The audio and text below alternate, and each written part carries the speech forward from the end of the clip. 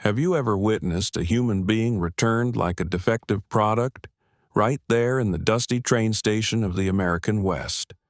A woman standing alone beside her only wooden trunk, carrying all her hopes, only to be rejected without a shred of mercy. If it were you after a lifetime of loss being turned away once more, could you still stand? Would you go back, give up, or take another step forward, even when no one is waiting with open arms? And what if, in that very moment of heartbreak, a quiet man walked toward you, lifted your trunk, and softly addressed you with a name your heart had long forgotten it deserved? Would you dare to believe again? Today's story isn't only about Martha and Sam. It is a question for every one of us when life slams a door in our face. Do we have the courage to step toward the one that's quietly opening somewhere else? Come with me on this journey of healing. And if this story touches something inside you, make sure to like, share, and subscribe so we can continue walking together through more stories that reach the heart. That noon at the Red Ridge Depot was so blistering hot, the ground felt like it was cracking under every step. Wind swept down from the high ridges and the dry, burning gusts, carrying the red dust of the west and that lonely, unforgiving feeling only strangers ever truly notice. The train from Missouri had just pulled away, leaving behind its line of weather-worn cars and a long whistle that stretched out like the sigh of someone who had traveled too far to ever turn back. Under the harsh noon sun, a middle-aged woman stood alone beside a large reddish-brown trunk. Her gray cotton dress fell to her ankles. Her face carried the quiet exhaustion of someone who had seen too many train stations, too many seasons of rain, and far more loss than a lifetime should demand. This was Martha Ellington, 42, a widow from Missouri, who had stepped into the West with a fragile hope for a new beginning. But before she could even glimpse that future, Martha came face to face with the cruel reality waiting for her on the platform. The station master, a round-bellied man with thick spectacles, approached her with an envelope sealed in haste. He looked at Martha with a mix of pity and awkward restraint, then held the letter out, his voice roughened by heat. "Mrs. Ellington, this came for you, and here's your ticket back to St. Louis, tomorrow's train." Martha took the envelope. Her fingers trembled slightly, but her eyes held the steady composure of someone long accustomed to enduring alone. She opened the letter. It was short, cold as metal. "I am sorry. I cannot proceed with this marriage arrangement. I do not believe you are suitable for the role of wife in my household. I request that you return to Missouri immediately. The fare has been paid. Signed, Nathaniel Burrow." And that was the end of it. No kind word, no explanation, just a slip of paper confirming that the man who had ordered her the way one might order an item through the mail had decided to send her back before even meeting her. A gust of wind lifted the hem of her dress. Martha stood still. She didn't cry. She didn't collapse. She simply went quiet, as if every sharp pain had already happened long ago, and today was just another chapter in a life built on endurance. People nearby began whispering. Some smirked. Some stared with a pity so heavy it felt like an insult.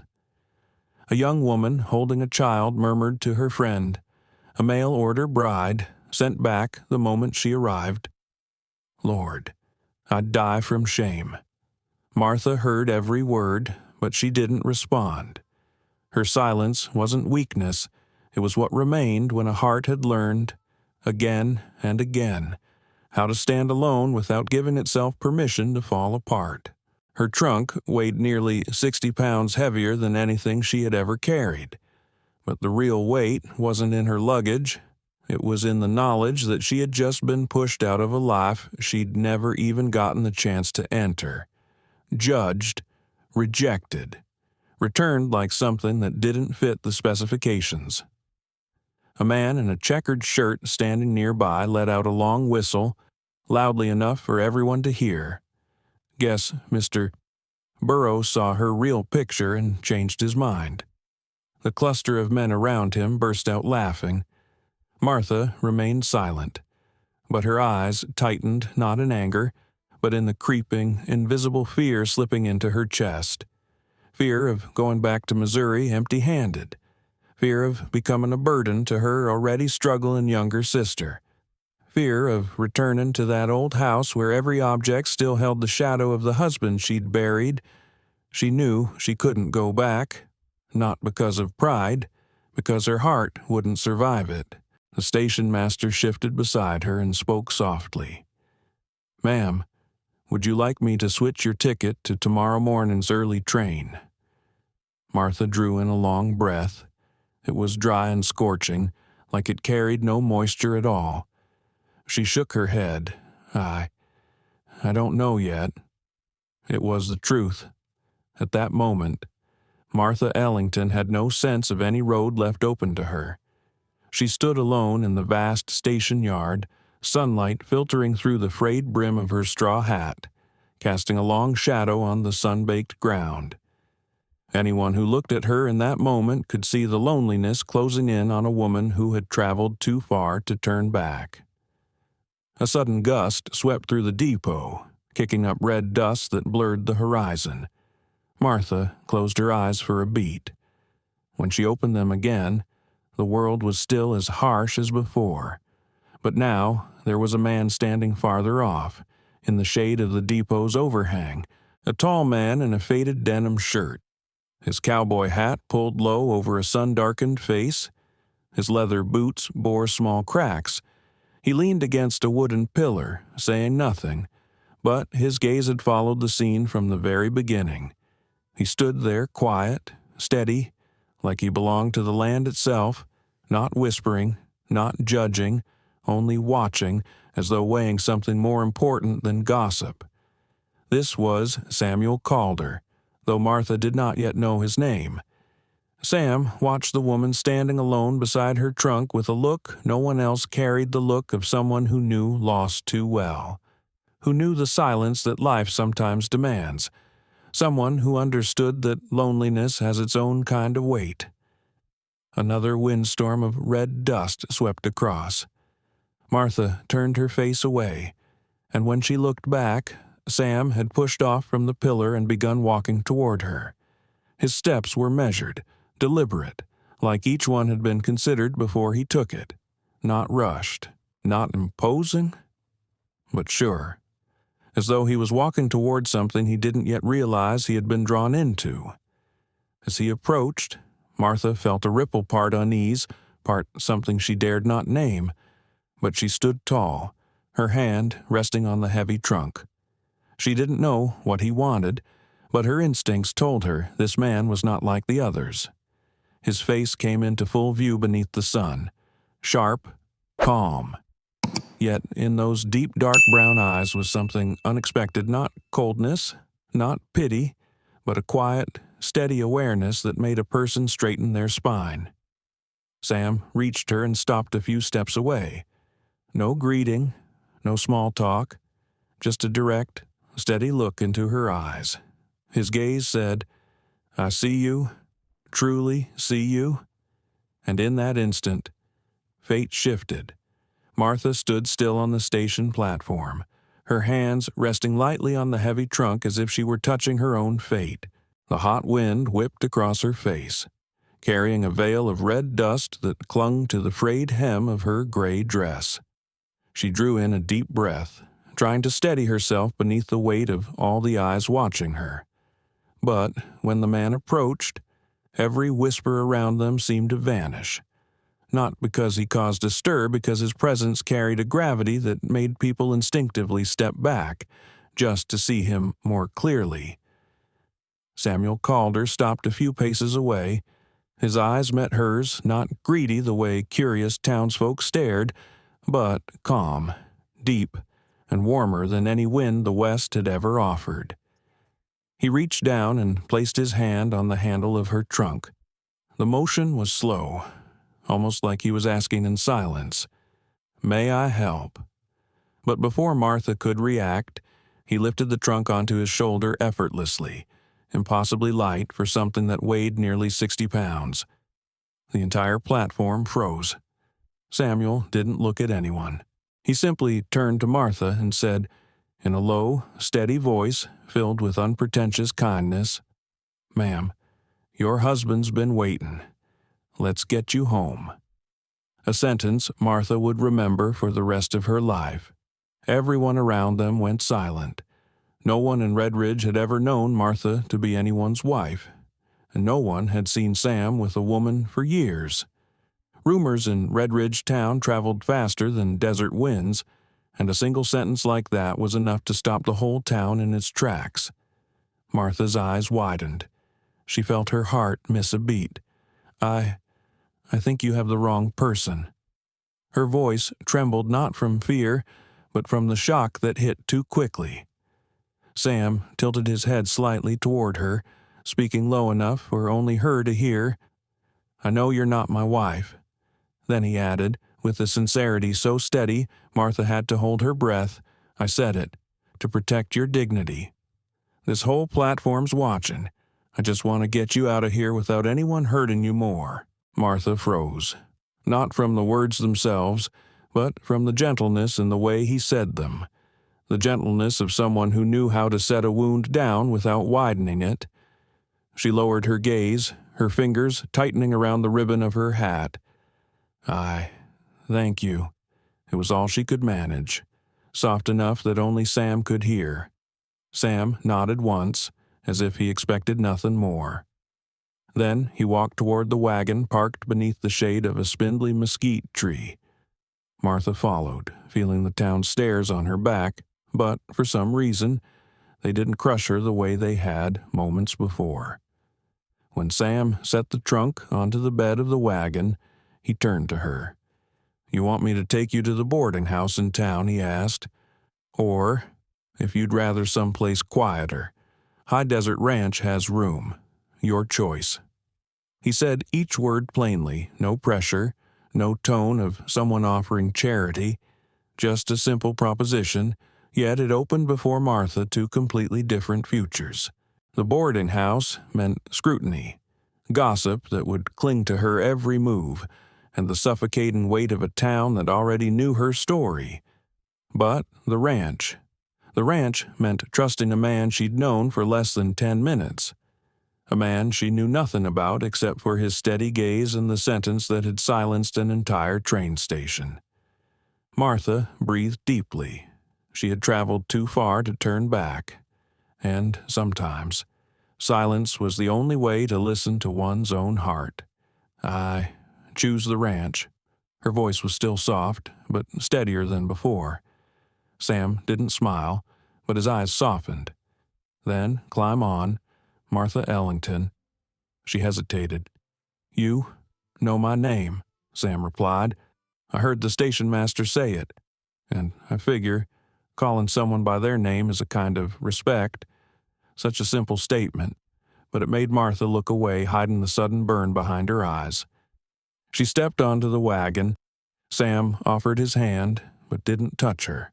He kept it close enough that she could reach for it if she slipped. A small gesture, but enough to make Martha feel just a little safer in this wild corner of the West. The wagon rolled away from the depot. The wheels crunched over red earth, kicking up a soft trail of dust behind them. Martha sat on the right side, hands folded in her lap, watching the town slowly recede, the small wooden houses, the dusty roads, the half-mocking laughter, all fading into the distance. Sam stayed quiet, but it was the kind of quiet that soothed rather than strained, the quiet of someone who had lived long among empty hills and knew how silence could shelter another soul. After a while, Sam spoke. "I don't know what happened to you back in Missouri, but I reckon sometimes what we lose is just something that was never meant to be ours." He paused, letting the words settle into the dry, hot air, and what truly belongs to us, well, it finds its way eventually. Martha turned to him. Sunlight fell across his sun-worn face, tracing the fine lines at the corners of his eyes. She didn't know if he meant the words for her or for himself, but they loosened something tight inside her chest. A cool breeze drifted in from the high ridges, carrying the scent of sagebrush and the soft rustle of pine needles. The wagon rolled steadily along the long road out of town.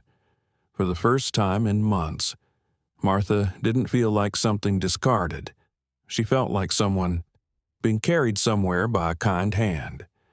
As the outline of Red Ridge Depot disappeared behind the distant line of desert trees, Martha leaned back against the wooden seat. She gazed at the expansive plateau ahead, sensing faintly that her life was shifting toward a path she had never dared imagine. A new life, a new roof, or maybe just a temporary stop Martha didn't know. But for the first time, after years of loss, something in her heart moved, not out of hope, out of something gentler, something very much like belief. The wagon rolled on through the vast western landscape.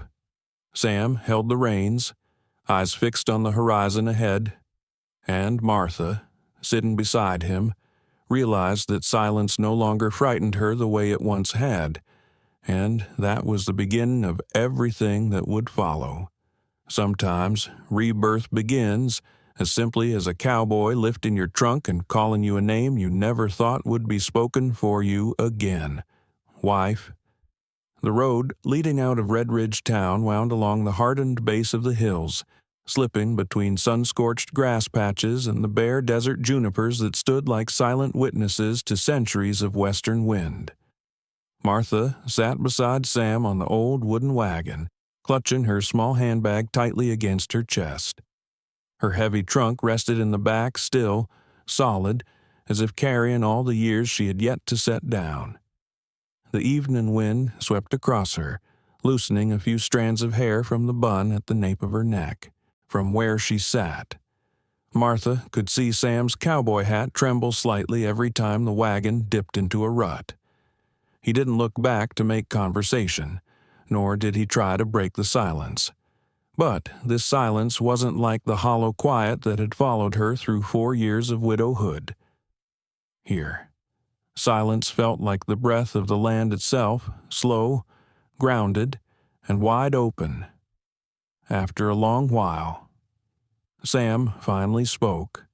His voice was low and steady, slipping into the rhythm of the horse's hooves as though it belonged to the landscape.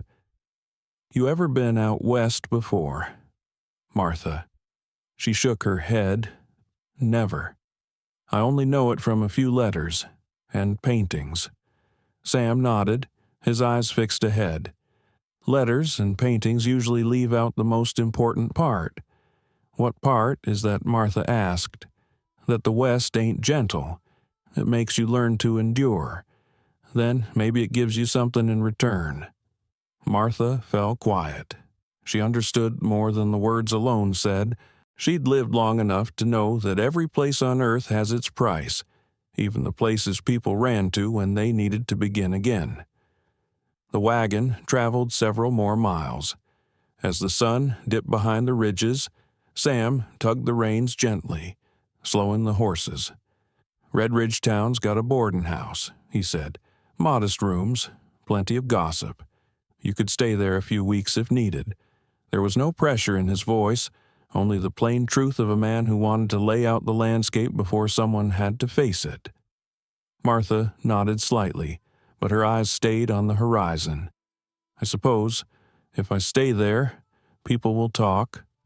Sam gave a quiet huff. In a small town, folks talk about everything. That earned a faint smile from Martha. "I'm afraid I'd trouble you if I went with you to the ranch." Sam shook his head. "Ranch could use an extra pair of hands. And a home always has room. High Desert Ranch ain't big, but it's peaceful. Not many people pass through. Fewer whispers than in town." Martha looked at his calloused hands holding the reins, steady as old timber. He spoke as though he were inviting an old acquaintance home. Yet there was a polite restraint in his words, the kind that comes from someone who knows what wounds look like and chooses not to press on them. "You're not worried I'll bring trouble with me?" Martha asked quietly. Sam lifted his gaze toward where the sky met the base of the hills. "Everybody carries some trouble. Martha, long as they don't pretend otherwise, the West don't take kindly to pretending." Something inside Martha softened. This was the first time in months anyone had spoken to her as a whole person, not as a burden, not as a shame, not as the woman rejected at a train station. The wagon turned onto a narrower dirt road, slipping between rows of stunted cypress that rattled in the wind with a dry, metallic rustle. Sam spoke again, slower now. "Ranch's 12 miles out. You'll be far enough from any tongue's wagon. But it also means you'll live with wide skies and very quiet nights." Martha looked down the long, open stretch ahead. "I've lived 4 years in silence already. Sam, I suppose.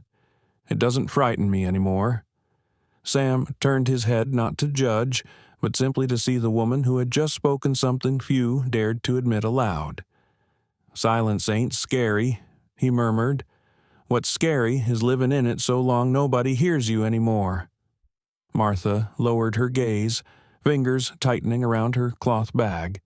Her vision blurred with something old, something she thought she'd long forgotten. Anyone who spoke like that had lived with silence for a long, long time. The wagon rolled on, now deep in the open lands. From here, Martha could see the rolling hills stretching endlessly, dotted with silver-green sagebrush. Far off, the rocky ridge glowed under the last of the daylight like ancient walls holding back time. She drew a long breath. The western wind carried a scent unlike anywhere she'd been, the smell of dust, sun, dry wood, and something faintly reminiscent of beginnings. "You often help strangers like this?" she asked. Sam gave a small, almost invisible smile, a slight curl of the lips only someone paying attention would notice. "No, I don't usually do this sort of thing, but I reckon today was the day to do it. Because I'm pitiful," Martha whispered, her voice catching slightly. Sam shook his head. "No, because you stood tall in front of that whole station. Folks who are pitiful don't often stand tall." That made Martha turn away not to hide tears, but simply to breathe. She wasn't used to someone seeing her strength before seeing her brokenness. When they neared the third ridge, Sam pulled the reins and nodded ahead. "From here, it's not far. Ranch is just up ahead." Martha followed his gesture. Through the fading sunlight, she saw the outline of a small wooden house and a modest patch of land fenced with weathered pine posts. A thin wisp of smoke curled from the blackened chimney. The sandy path to the yard carried both hoof prints and human footprints. It wasn't a wealthy ranch by any means, but even from afar, Martha sensed something she hadn't felt in years, something close to peace. "High Desert Ranch," Sam said quietly. "Not many know it, not many visit, but it's home." The word home struck something tender in Martha's chest. She had left the only home she ever knew years ago, and lost her last anchor the day her husband went to war and never returned. Since then, she'd belonged nowhere. Perhaps she was on the road to finding that again. As the wagon drew closer, Martha saw a woman standing on the porch. Her figure leaned slightly to one side, but her eyes were bright and kind.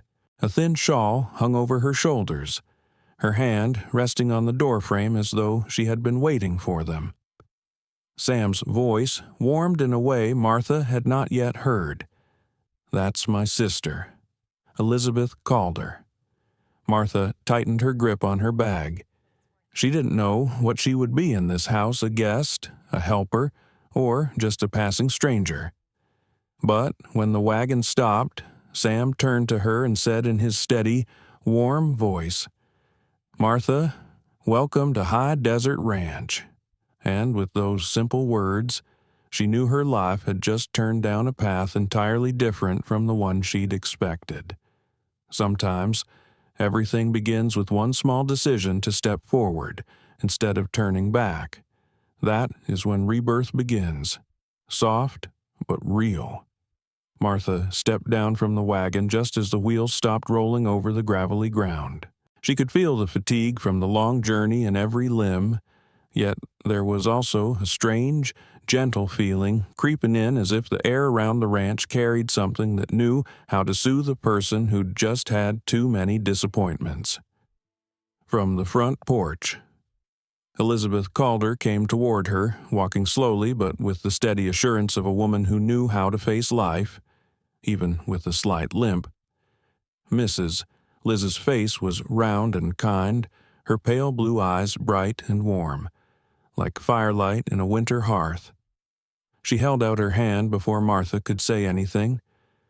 "Welcome, Martha Ellington. Sam told me we'd be having a guest." Her smile was as light as the evening breeze and so sincere that Martha felt her throat tighten a little. She took the offered hand, feeling the softness and strength there, as if Elizabeth understood that the woman before her was trembling and wanted to lend her some of her own steadiness. "I hope I'm not a bother to you," Martha said softly. Elizabeth laid a hand on her arm. "You're no bother at all. There's plenty of land and an extra room in the house. Folks don't come by often out here, but when they do, the good Lord has his reasons." Sam let out a low sound, something between a hum and a quiet, disguised chuckle, then lifted the heavy trunk from the wagon and set it on the porch. "Your trunk weighs like a net full of fish," he said. "I'll carry it into the front room first." Martha started to move as if to help, but Sam motioned her back, as though to him the task was no more trouble than carrying a sack of seed. All she could do was follow, feeling her heart slowly unwind, bit by bit. The main house was built of yellow pine, sun-cracked in places but well kept. When Sam opened the door, the scent of dry wood and a hint of peppermint tea wafted in from the kitchen. Martha stepped inside and felt, for the first time in months, that she was entering a space where she didn't have to be afraid of making too much noise in her own skin. The front room wasn't large, but it was tidy. A few nameless oil landscapes hung on the walls, clearly unpainted by someone in the household. A folded wool throw lay across the arm of a chair. On the floor, an old rug was worn thin at the edges, yet still clean, radiating the quiet warmth of a place that had been genuinely lived in for many years. Elizabeth looked around once, as if to make sure everything was good enough to welcome a guest, then said, "You'll stay in this room for a few days. If you decide to stay longer, I'll clear out the east room for you." Martha turned to her, a depth of gratitude in her eyes sharp enough to make her own heart ache. "Thank you. I truly don't know what to say." Elizabeth smiled. "Round here, no one needs many words. You're tired. Put your things down, wash up, then come to the kitchen and have supper with us.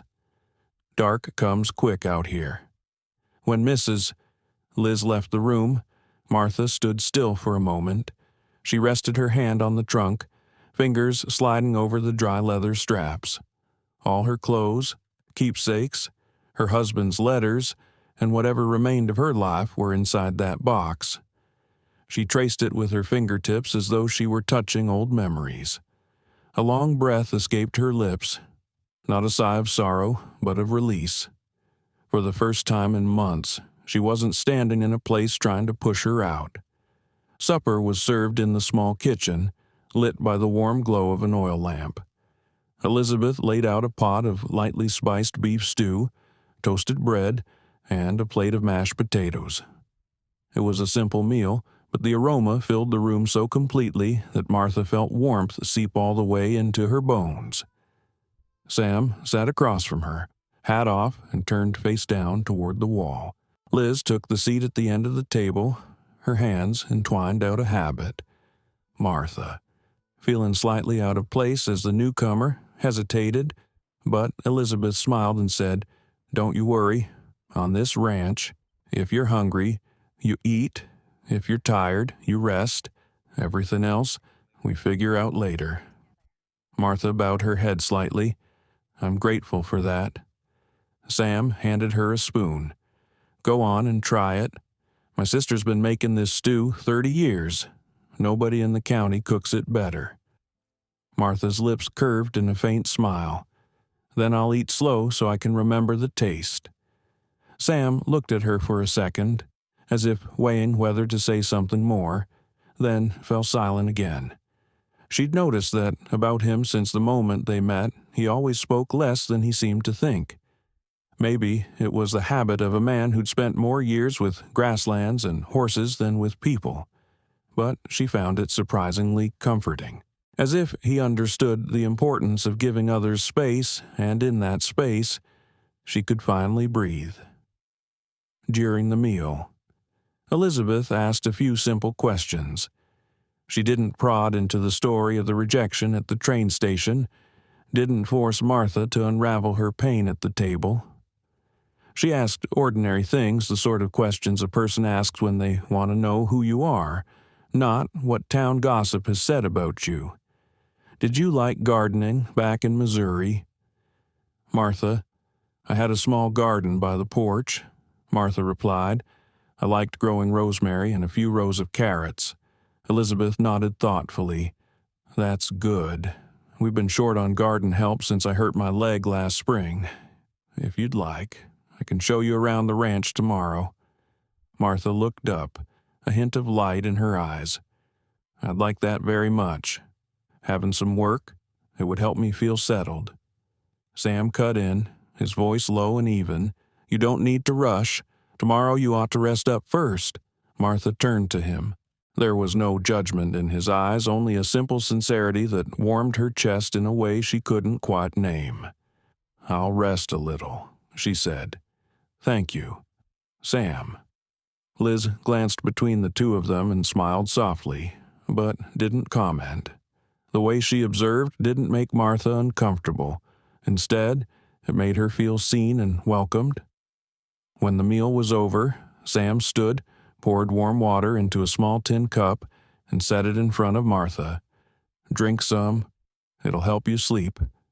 His tone was even, but there was a quiet care underneath it. Martha thanked him. Her fingers brushed the rim of the cup, feeling the heat sink into her palms. When Elizabeth began clearing the dishes, Martha quickly rose to help, but Liz placed a light hand on her shoulder. "Let me do it, tonight. All you need to do is get some good sleep." Martha glanced around the small kitchen. In the gentle lamplight, she could see faint marks on the wooden table, tiny cracks in the old cupboard, and a slightly warped wicker basket in the corner. Everything bore the traces of a place that had lived, loved, endured, and was still standing. This house was not wealthy, but it held something she hadn't seen in a long time, genuine warmth. Back in her room, Martha closed the door softly and sat down beside the trunk. She opened the lid and took out an old wool shawl, the one her late husband had used during his last winter. She laid it across her hands, and the faint remaining scent of wool brought a dull ache to her heart. But for the first time, that ache didn't crush her. It simply reminded her that she was still alive, that what remained of the past should be kept in gratitude, not worn as chains. She put the shawl back, shut the trunk, and sat for a long while in the dimness. Moonlight slipped through the crack at the window and fell across her folded hands. Silence wrapped around her, not the cold, suffocating silence she'd known before, but the silence of a place that allowed a person to begin again. She drew in a long, full breath. For the first time since stepping off the train, it didn't catch in her throat. Tomorrow, she would step out into the ranch yard, touch this new soil, and see whether life might grow gentle with her again. But tonight, all she had to do was sleep in a room that was not familiar, yet felt strangely safe. And for now, that was enough. Martha woke to the thin light of dawn slipping through the curtains, soft gold that hadn't yet been hardened by the western heat. She heard the brush of wind against the roof, the flutter of sparrows on the porch, and the faint, distant chime of the bell hanging near the horse stalls. Those sounds blended together in a way that made her feel as if she'd woken in a place where time wasn't in any rush to move forward. She sat up, her feet touching the cool wooden floor. The peace in the room made her faintly remember the mornings of her youth. Back before the war took her husband and left behind a hollow space so deep she had once believed it would never fill. But this morning, that emptiness felt a little less sharp. When she opened the door, the hallway was dimly lit with early morning gray. The scent of cornbread drifting up from the kitchen met her halfway. She heard Elizabeth moving below and the solid, measured steps of Sam crossing the yard footfalls heavy and steady. The gait of a man who'd long been shaped by work that began at dawn.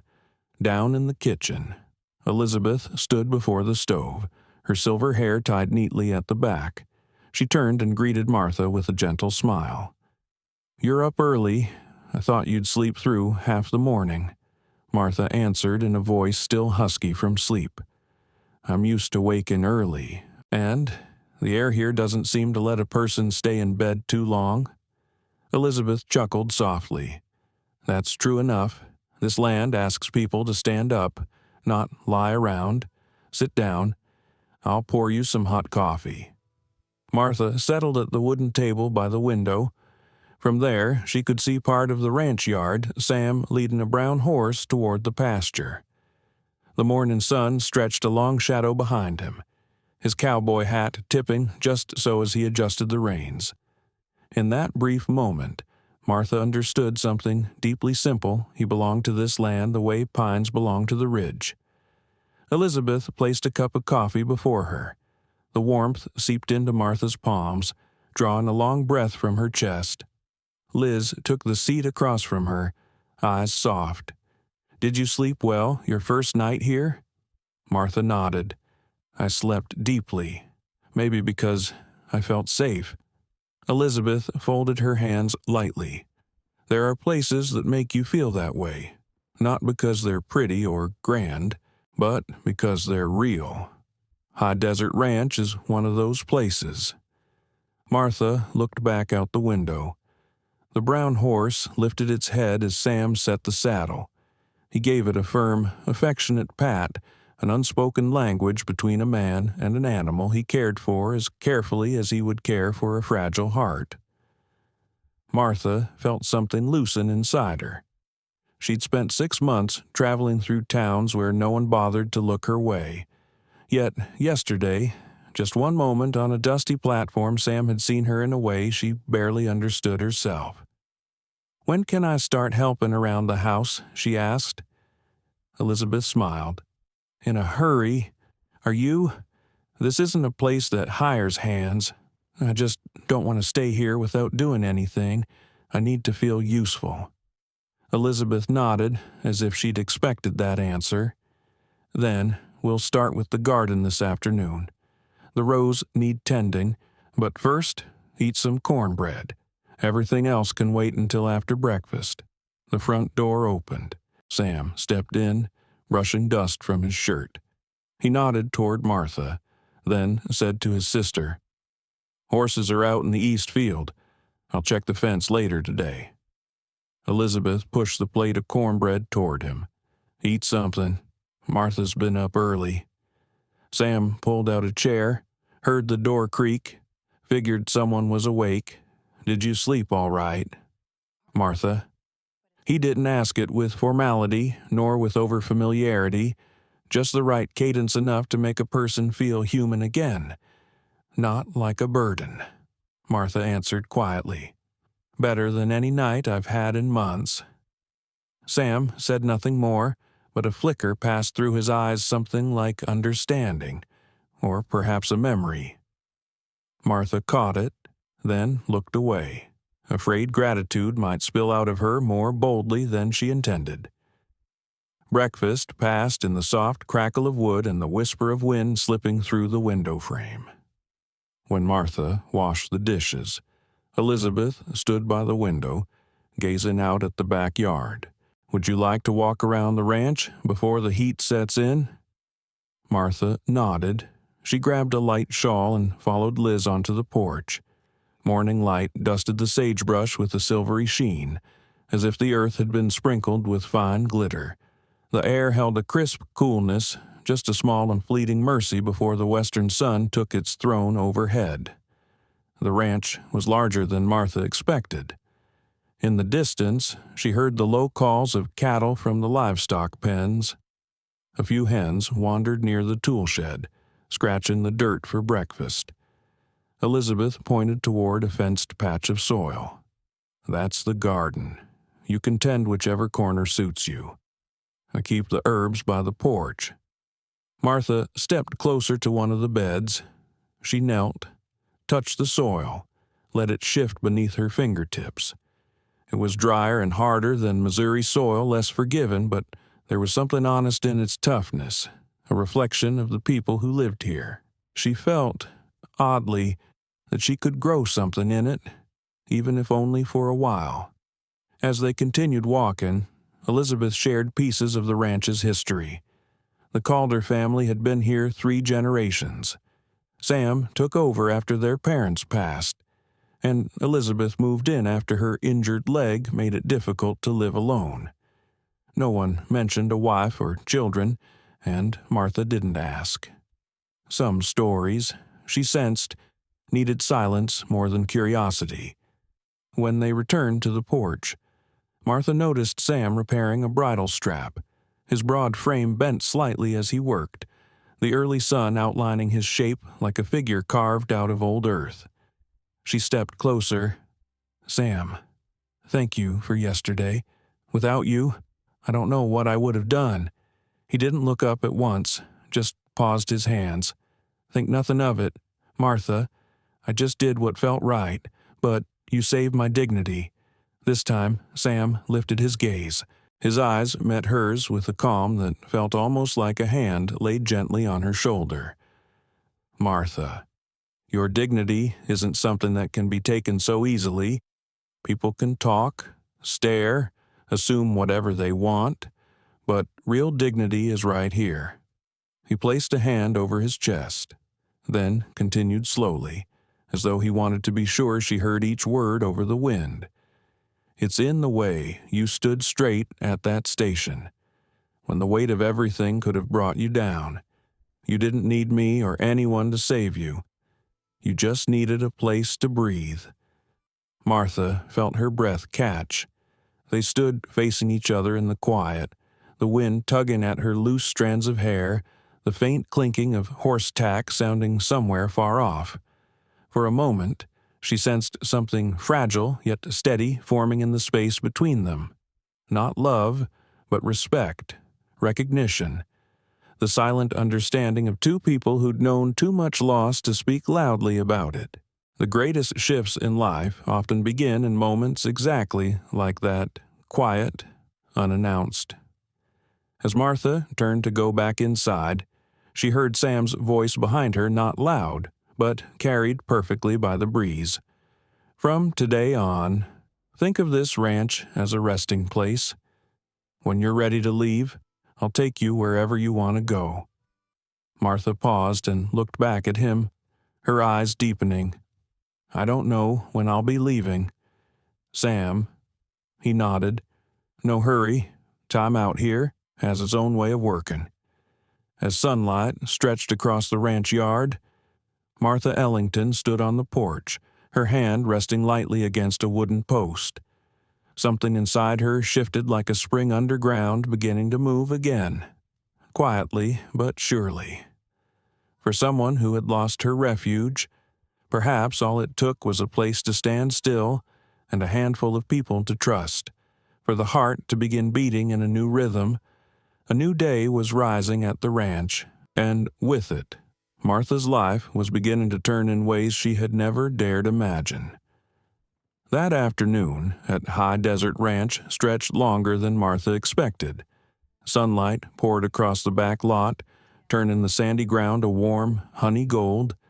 Martha knelt by the old vegetable row, working the dry soil with the small hand shovel Elizabeth had given her. Western earth was far more stubborn than anything she had known in Missouri.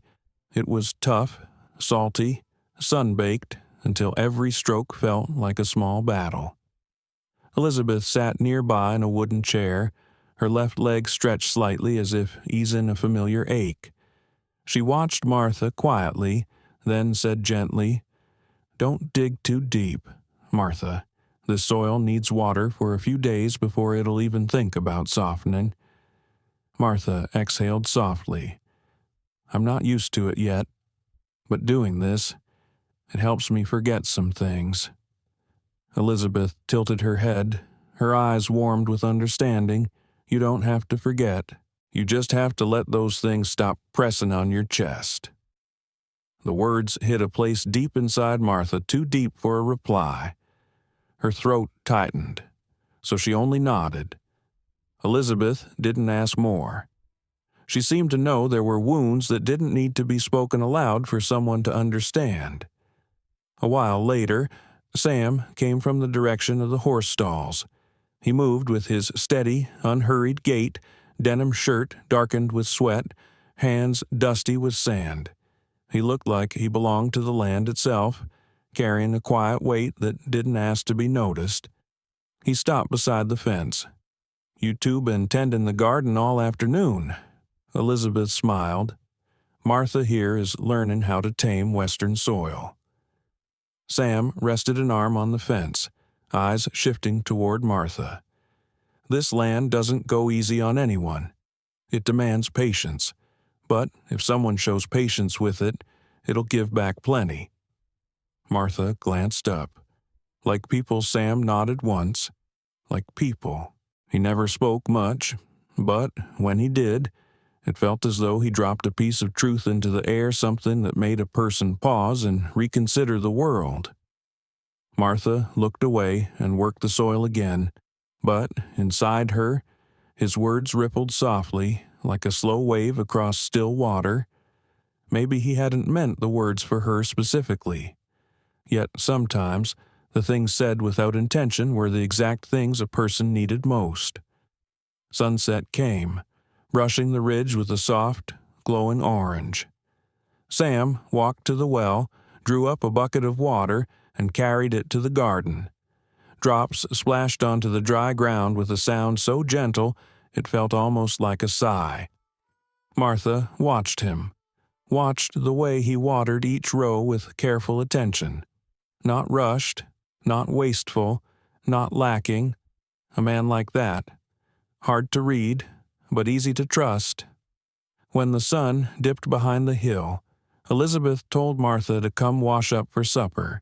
Martha stood, her knees tingling from kneeling too long, but she felt a strange sense of ease, like working the garden hadn't just loosened the soil, but had loosened something inside her too. In the kitchen, she rinsed her hands in cool rainwater. The cold trickled across her fingers, waking her fully. When she lifted her head, she caught her reflection in the darkened window, same face, same eyes, yet softened, as if a thin layer of peace had been brushed over her. She had never felt quite so breathable. Dinner that night was simple chicken stew, bread, and a side of boiled vegetables. Sam sat at one end of the table, Elizabeth at the other, and Martha near the stove. The warm yellow of the oil lamp cast soft lines across their faces, giving the small kitchen a timeless look like a refuge where the wounded came to find their way back to themselves. After the meal, Martha helped Elizabeth with the dishes. Sam stood on the porch, leaning against one of the posts, looking out at the falling night. Every time he stood like that, Martha sensed something unspoken hanging over him, a weight he had carried for so long he no longer remembered how to set it down. Elizabeth spoke quietly to Martha, low enough for only her to hear. "Sam doesn't often let people stay at the ranch. Not since." She paused, eyes dipping with an old ache. Martha looked up. Since what? Elizabeth hesitated before answering, her voice soft and steady. Since Sam's wife passed. That was years ago. Folks don't talk about it, and it made him close up. Don't mind him if he seems a little withdrawn. Martha looked toward the porch. Sam stood in the dim light, a figure shaped by too many winters that hadn't fully thawed. He doesn't make me uncomfortable, Martha said quietly. In fact, he makes me feel a little less lost. Elizabeth rested a gentle hand on Martha's elbow. Maybe. You make him feel a little less lost, too. The word startled Martha. She turned quickly to stack the dishes, but inside her chest, something fluttered light and fragile, like a breeze she wasn't ready to name. When she stepped onto the porch, Sam was still there, eyes fixed on the western hill as if searching for answers buried beneath its shadow. Martha moved to stand beside him, keeping a respectful distance. Sam, I wanted to thank you for today. He turned his head slightly. You don't need to thank me for small things, but to me, none of it was small. Sam looked at her, then really looked, not with expectation, not with pity, but with a calm that reached into her chest and steadied something trembling there. The night breeze swept across the ranch, cool and edged with the scent of dry earth. Martha pulled her shawl closer around her shoulders. It's so quiet out here at night, she whispered.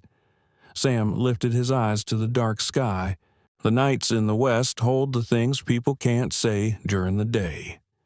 Martha let the silence settle, then asked softly, Have you grown used to this kind of quiet, Sam? He took a slow breath. I'm used to it, but being used to something doesn't mean it isn't lonely. The answer stilled her. She realized then that the two of them shared a certain kind of emptiness, quiet, deep, and shaped by the things life had taken but never given back. They stood there for a long while, saying nothing more. Yet the silence didn't feel like absence. It felt like recognition. Two people acknowledging that sometimes just standing near someone else was enough.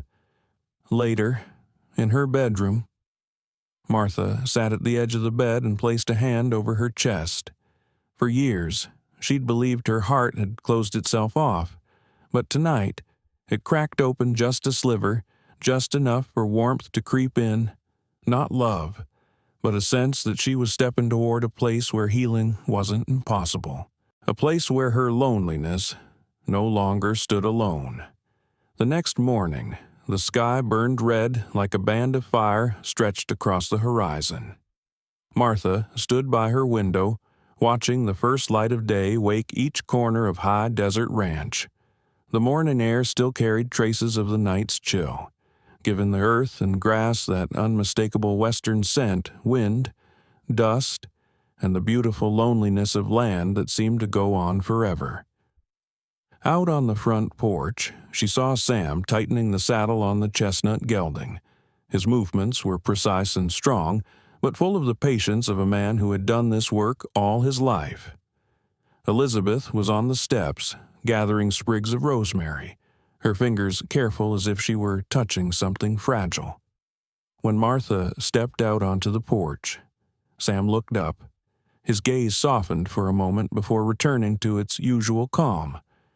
Morning, Martha, she answered, her voice light as mist. Good morning, Sam. Are you going into town today? Sam nodded. Need to pick up some nails and a few things for the fence. If you need anything from Red Ridge Town, I can bring it back. Martha thought for a moment. I would like some paper and ink to keep track of the work in the garden.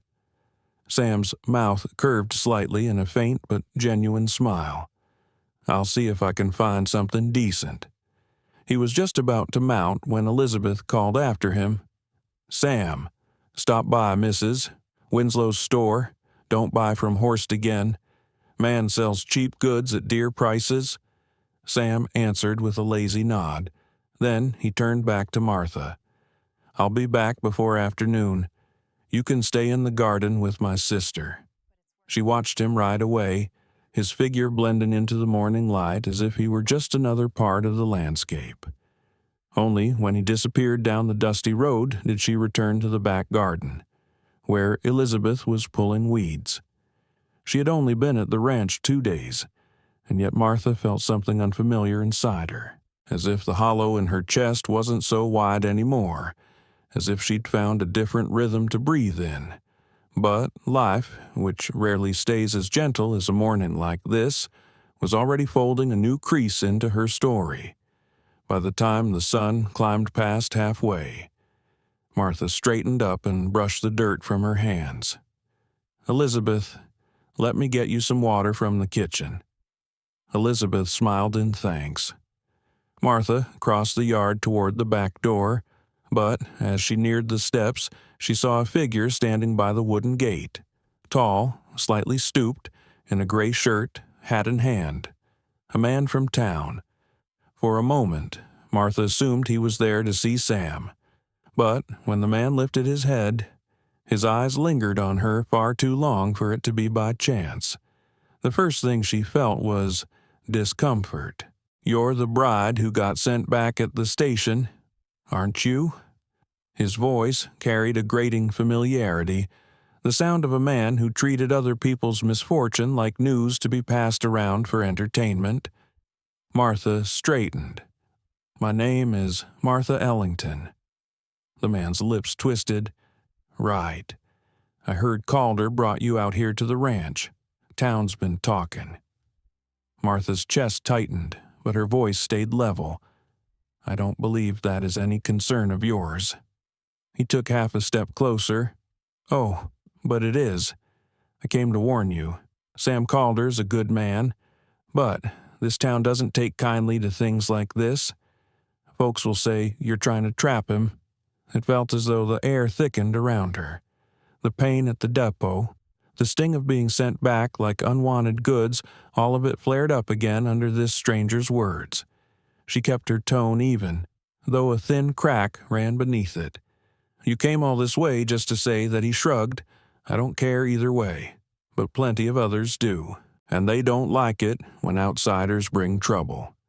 Just then, the sharp tap of a cane sounded behind Martha. Elizabeth stepped onto the porch, and her face was no longer as gentle as usual. "Mr. Slater," she said, "I recall telling you not to come out to this ranch again." The man Slater cast her a less than friendly look. "I'm just here to deliver news, then deliver it somewhere else." Elizabeth replied firmly, "Not here." Martha had never seen Elizabeth so stern. Slater gave Martha another look, this one edged with contempt. "You best be careful. Small towns don't forget things." He turned and walked away, his boots scraping the dirt, and soon vanished down the road toward town. Elizabeth sighed, bracing a hand against one of the porch posts. "Don't let him trouble you. Slater makes his living off gossip." Martha stood silent for a moment.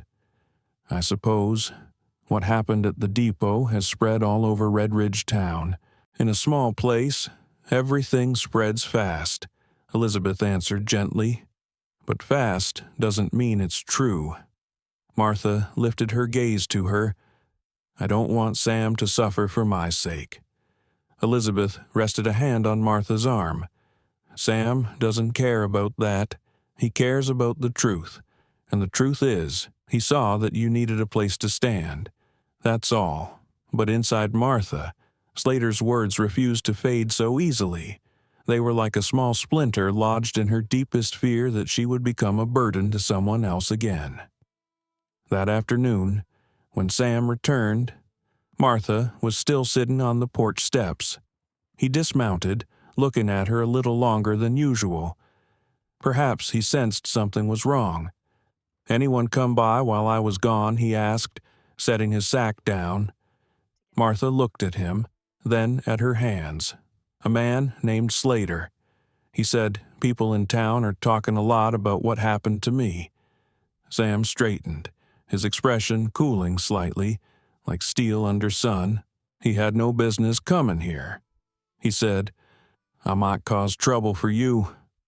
Sam stepped closer, stopping just in front of her. His eyes were as solid as the ground beneath their feet. "Martha, no one brings trouble to me unless I let them. And you are not trouble, but they'll talk about you because of me." Sam exhaled slowly. "Letting people talk is not your responsibility. Living right always stirs up some gossip. That's life's problem, not yours." Martha looked at him, not sure what to say. A mix of lightness and gratitude rose in her chest. Then Sam added, his voice low but certain, "If anyone bothers you again, you tell me." Martha hesitated. "Sam, I don't want to be a burden." His gaze softened, and for the first time, he said something that made her breath catch. "If you're a burden, then you're one I choose to carry." The words hit her like a sudden gust of wind, sending her heart into a startled flutter, like a bird who'd just noticed the cage door crack open. She turned her face away, afraid that if she looked at him any longer, he'd see too much in her eyes. Behind them, the wind picked up, lifting dust into small swirling eddies. A clear realization settled over Martha from the moment she'd stepped off the train at Red Ridge Depot. Her life had begun to turn. But today, it shifted faster, deeper, and no longer felt like mere coincidence. Maybe this was the moment she understood that the past hadn't truly abandoned her. It had only stepped back, watching from a distance, sometimes sending shadows to test whether she was strong enough to keep walking. And maybe, today she had stood a little steadier than before. That night, standing at the window, looking out over the ranch washed in moonlight. Martha laid a hand over her heart and knew that the quiet days at High Desert Ranch weren't just a pause in her journey. They were becoming part of the way she was slowly finding her heart again. Slow, gentle, but real. The next morning, High Desert Ranch was as peaceful as if the strange wind named Slater had never swept through. But for Martha, the sunrise carried a different weight, not heavier, just deeper, as if every ray of light reminded her that no matter how gentle life seemed, it could never fully cover the shadows the past left behind. She sat at the small wooden table, brushing her hair with her usual careful grace. In the dim reflection of the worn mirror, she noticed that her eyes still held a trace of worry that wouldn't quite dissolve. She shook her head softly, trying to let go of yesterday's words, but her heart held on to them as if they had real weight. Down in the kitchen, Elizabeth was warming a pot of milk, the sweet scent drifting up the stairs. Martha stepped down, still caught between unease and composure. Elizabeth took one look and knew. "You're still thinking about yesterday." Martha held the porcelain cup in her hands, the warmth steadying her. "I just don't want to be a burden to anyone here." Elizabeth patted her hand gently. "Burden or not depends on who's looking. Kind people see you as a guest. Small-minded people see you as a thorn. But Sam knows exactly what kind of person you are." The words flowed like water over stone, soft but unshakably sure. They helped Martha breathe a little deeper. But when the back door swung open and Sam stepped inside, the unease flickered again. Not from fear, but because his presence made her more aware of how much she was changing. Sam greeted them, his morning voice steady, deep like the ground itself, turning toward dawn. And when Martha lifted her eyes to him, she could tell he sensed something different in her, too. He sat beside Elizabeth. "I need to check the north fence today. Last night's winds were strong. Might have knocked something loose," Elizabeth asked. "Want me to bring anything over?" Sam shook his head. "Just wire, a hammer, and gloves. I've got it." Martha didn't know why the next words slipped from her so naturally. They just rose instinctively. "If you need someone to help, I can come along." Sam turned to her. His eyes didn't show surprise, only a quiet pause, as if he wanted to be sure she truly meant it. "Martha, the trail's rough up there. Best you stay if you can." "I don't mind." Elizabeth chuckled softly, eyes glinting with a knowing older than either of them realized. If she wants to go, let her. A change of air does good. Sam set his cup down. "All right, 30 minutes, bring a scarf and a coat." When he left the kitchen to get ready, Martha stood motionless for a long breath. Her heart kicked once, strange, steady, and meaningful. Not the flutter of a girl, but the pull of someone who knows she's about to step into a moment that could shift something inside her life. The road to the north side of the ranch was longer than Martha expected. The ground was uneven, thick with brush, and the wind barreled through the open space as if it wanted to test every soul who passed. Sam walked just ahead, keeping a distance that didn't make her strain but didn't feel too close either. He glanced back. "Doing all right?" "Yes, I'm fine." He nodded and continued. Above them, a pair of hawks circled, hunting across the valley. Morning light spread like warm honey across the ridges, harsh and beautiful at the same time. When they reached the damaged fence, Sam stopped. One of the posts had been pushed almost sideways, likely by last night's wind. "I'll get it up right," Sam said, kneeling to inspect it. Martha stood nearby, watching the way his hands worked, strong, steady, old as the land itself. She picked up the coil of wire to hand him. "Martha, can you hold the post for me? I'll fasten it." She nodded and stepped closer. The wooden post was heavier than she expected, but she held it firm. Sam stood right beside her, only half a step away. The nearness made her hear his breathing even, grounded, unmistakably him. As Sam tightened the wire, the back of his hand brushed against hers, for just a second, but enough to make her still. He looked up. Their eyes met for a moment so brief it almost snapped the air between them. "Martha, if you're tired, I can finish this alone." "I'm not tired," she whispered, but her voice carried certainty, and for a heartbeat, neither of them spoke. Not because they were shy, but because they were suddenly, intensely aware of each other's presence. Aware in a way that was delicate, dangerous, and quietly important. Aware in a way that, if either of them spoke the wrong word, it would shatter. But if they held steady, it might become something that mattered. Sam returned to the work, and Martha held the post even straighter. They worked in silence, but it wasn't empty silence. It had a rhythm like two heartbeats under layers of work-worn fabric. When they finished, Sam sat on a large stone and motioned for Martha to sit beside him. The wind swept past harder now, lifting stray wisps of her hair. "Don't let yesterday trouble you," Sam said, eyes on the distant hills. "I just don't want to pull you into something unnecessary. Martha," he turned to her, "if there was anything I didn't want, I'd have spoken up back at the depot. And what is it that you do want?" Sam paused. The tension in his jaw eased, his expression softer than his usual cool reserve. "I want to do what's right. And that day, stopping in front of you was the rightest thing I've done in a long time." Martha's heart tightened, as if the wind had brushed against an old wound she'd forgotten how to protect, but it didn't hurt the same way anymore. It warmed, then softened, then settled. She exhaled. "Thank you. Sam, you don't owe thanks, but if something weighs on you, tell me. Don't carry it alone." Those words touched the deepest part of her, the place her past had locked shut for years.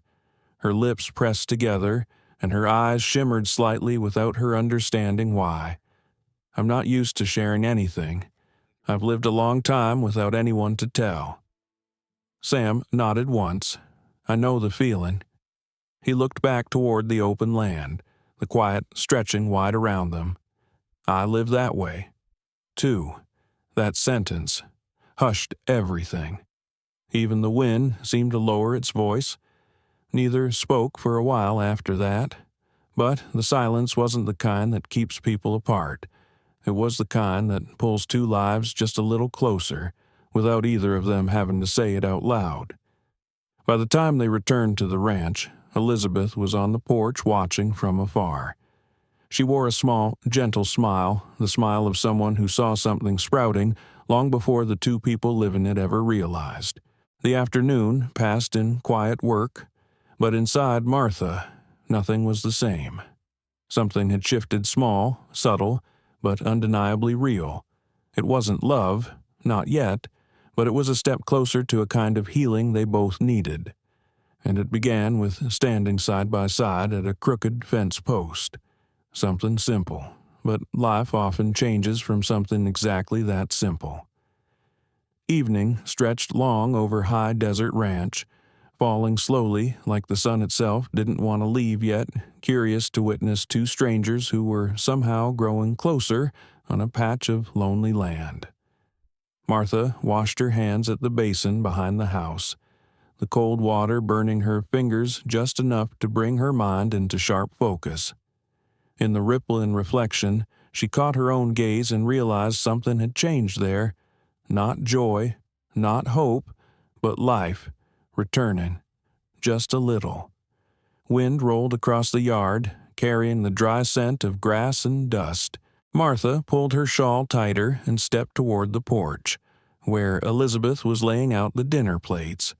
Tonight she'd made stew with potatoes, its warm aroma drifting through every corner of the house. "Martha, go ahead and sit. Sam should be coming in soon."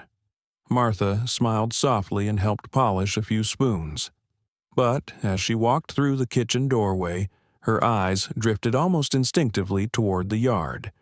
Sam was out by the water trough, checking the ropes, his silhouette stretching long across the ground where the last streaks of daylight faded. Elizabeth followed Martha's gaze, and the corner of her mouth tilted knowingly. Sam doesn't open up easily, but when he cares about something, it's never small. Martha blushed and pretended to fix her shawl. I wasn't thinking anything. Elizabeth placed a gentle hand on her shoulder. "You don't need to explain anything to me. Sometimes people don't realize they're stepping closer into someone's heart until they look back." Martha didn't know what to say, so she bowed her head, and just then the back door pushed open. Sam walked in, the collar of his shirt dusty, carrying the honest mix of sun and sweat that came with ranch work. He nodded quietly and sat down. Martha took the seat across from him. Their eyes met for a few seconds, long enough for both to feel something shifting. Quietly, undeniably, dinner began in silence. But it was a gentle silence, the kind where conversation lived between the breaths instead of needing words. When Elizabeth left to fetch more cornbread, Martha and Sam remained. Sam set down his spoon and looked up at her. "How are you feeling? Did this morning's work wear you out too much?" His voice wasn't loud, but it carried a clear tenderness. Martha shook her head lightly. "No, I feel better than I expected. Out there, by the fence, I felt like I existed, truly existed." Sam's gaze softened. "You existed long before that. Martha, the place you came from just didn't let you see it." Her eyes lowered, both touched and afraid he'd see too much of the pain behind them. "I lived a long time without trusting anyone," she murmured. Sam angled his head slightly. "I can understand that. And you still don't trust people." His eyes held hers a breath longer than usual before he answered. "I trust what's real. As for people, I choose carefully." "Because of your past," Sam's fingers curled slightly on the table. "Martha, some things aren't easy to talk about. Not because they hurt, but because they're far behind me now. and I don't want to drag them out just to make someone else carry the weight." His voice dropped low like a stone falling into a deep well. Martha studied him and sensed a wall behind his eyes. Not a wall meant to push others away, but one built to guard the part of him that had never fully healed. When Elizabeth returned, the air lightened, but Martha's mind stayed tangled in Sam's words. She understood him better now, and understood why he lived so quietly, so inwardly. After dinner, Martha stepped onto the porch, staring into the wide night sky over the desert. The darkness didn't frighten her. It felt like a giant blanket the west spread out to shelter weary hearts. Footsteps creaked on the wooden boards. Sam stood beside her, not close enough to intrude, but close enough that she could feel the rhythm of his breath when the wind paused. "Martha," he said quietly, "if Slater's words are still troubling you, I want you to know I don't care about gossip." She kept her eyes on the distant horizon. "You're not afraid of being misunderstood?" Sam answered instantly. "I'm more afraid of being wrong with my own conscience." Martha turned to him. In the faint moonlight, the lines of his face looked carved by years of weather and work steady. Sure, unmovable. He was a man of the land. You don't sway the land easily, and you don't sway him easily either. "Sam, does it truly not bother you? My being here," he held her gaze, not avoiding, not rushing. "Martha, you're not a burden. You're someone trying to stand up again, and a person like that deserves respect." The words tightened something in her chest, not in pain, but in that aching way you feel when someone finally sees you after years of being invisible. The wind picked up. Martha pulled her shawl closer. Sam noticed. "You should go inside. Desert nights can get cold." She nodded, but before stepping in, she asked a question she didn't realize she'd been carrying until it left her lips. "Sam, if one day I'm no longer here, would you miss me?" He froze for a long time. Wind swept between them, stretching the silence thin. Then Sam answered, voice so low that had she been one step farther, she might never have heard it. "Martha, you're not someone this ranch would forget easily." Her heart staggered gently, but undeniably. Not like a girl in love, but like a woman who had lost much and finally heard something that sounded like a door opening. Later that night, as Martha closed her bedroom door, his words echoed inside her like a heartbeat. She didn't sleep right away. She sat by the window, watching thin clouds drift slow across the sky, feeling something spark within her. Not love, she told herself, certainly not, but something deeper, connection, understanding, the realization that she was no longer alone in her loneliness, and sometimes that is the beginning of things the heart doesn't yet dare to name. That morning, a thick blanket of clouds lay over the sky, an uncommon sight. High desert ranch rarely saw rain, but today the wind carried moisture earlier than in other years. When Martha opened her window, she heard the low whistle of the wind slipping through the gaps in the wood, like the land itself was whispering old stories. Everything wore a soft gray tint, as if the whole ranch had sunk into one long, slow breath.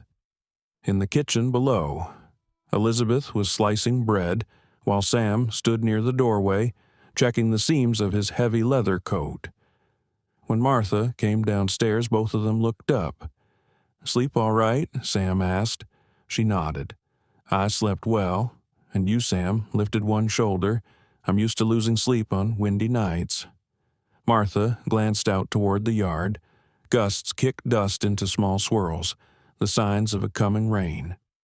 Out west, rain didn't last long, but each time it came, it carried the feeling that the sky had something it needed to say. Elizabeth set a cup of coffee in front of Martha. "Rain's coming. No gardening today. Dear, the ground will be slick." Martha sat, wrapping her hands around the warm cup, her heart light but threaded with quiet spaces she hadn't yet named. Since last night, Sam's words had lingered inside her like a soft echo that wouldn't fade. She wasn't someone this ranch would easily forget. Her fingers tightened slightly around the cup. She didn't know why those words made her feel as if something bigger was approaching, like a bend in the road she couldn't see yet. After breakfast, Sam shrugged into his coat, getting ready to head out to the cattle.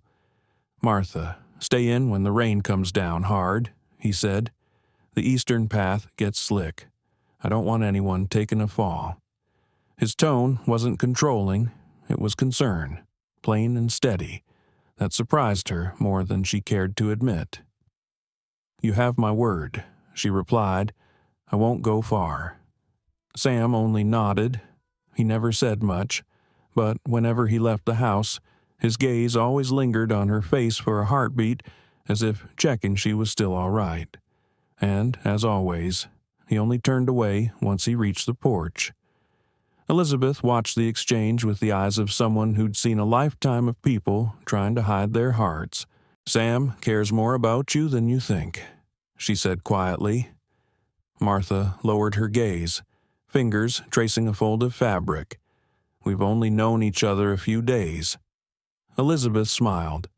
"Time doesn't measure closeness, Martha. Some people can walk beside each other for years and never truly see one another.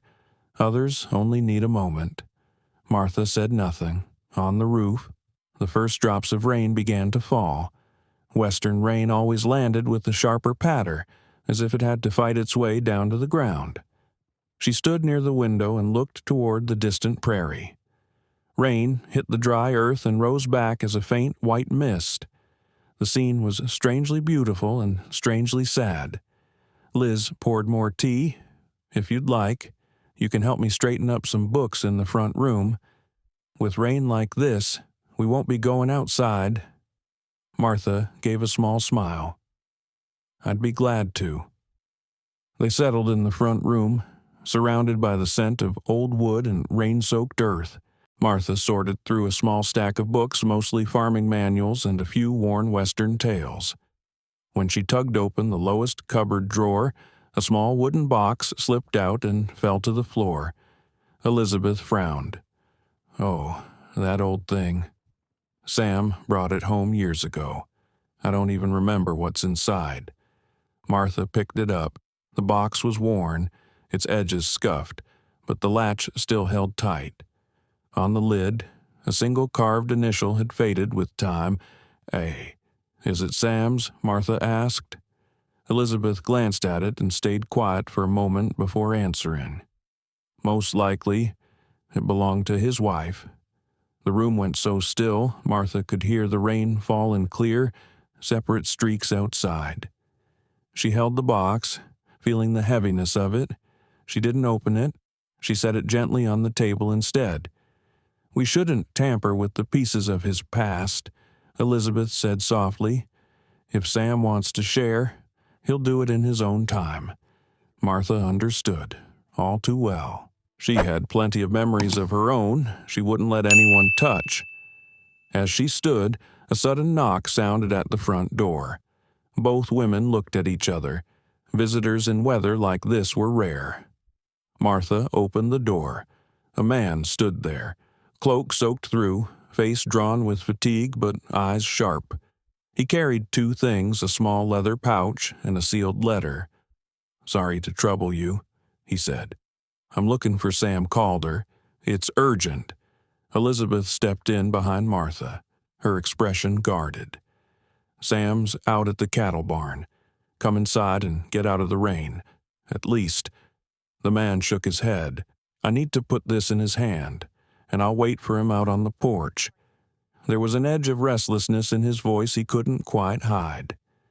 Martha's gaze dropped to the letter. On the outside, written in a firm hand, was the sender's name, Jeremiah Holt. The name made her hesitate. She'd heard it before. Somewhere. In an old story. A rumor. A half-remembered scrap of talk from Red Ridge Town. But before she could recall it, Sam appeared at the gate. He strode up to the porch, rain clinging to his hair and shoulders. "Holt." "What are you doing here?" Sam asked. The man exhaled. "I came because of what happened at Dead Man's Pass. You need to read this. Now." Sam took the letter. Something darkened in his eyes when he saw the seal. Elizabeth's fingers tightened around her handkerchief. And Martha. Her heart gave one hard beat, sharp and clean, though she didn't yet know why. Sam stepped inside to get out of the rain, opening the letter as he went. As his eyes moved over the first lines, his face changed. Not dramatically, just the smallest shift, but enough for Martha to feel it.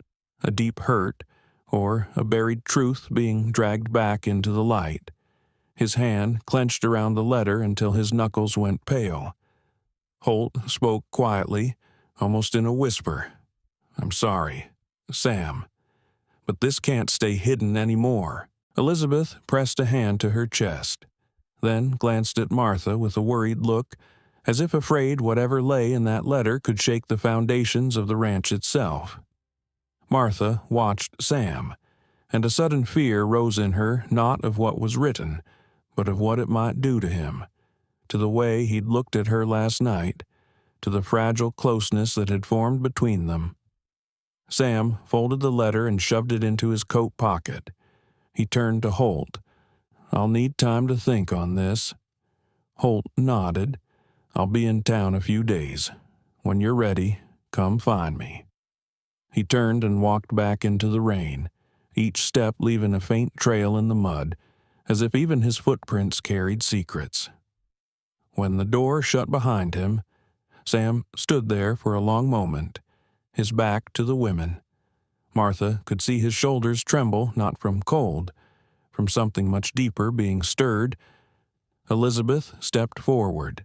"Sam, what is it?" But he only answered with a single sentence, his voice so low it was barely more than breath. "I need some air."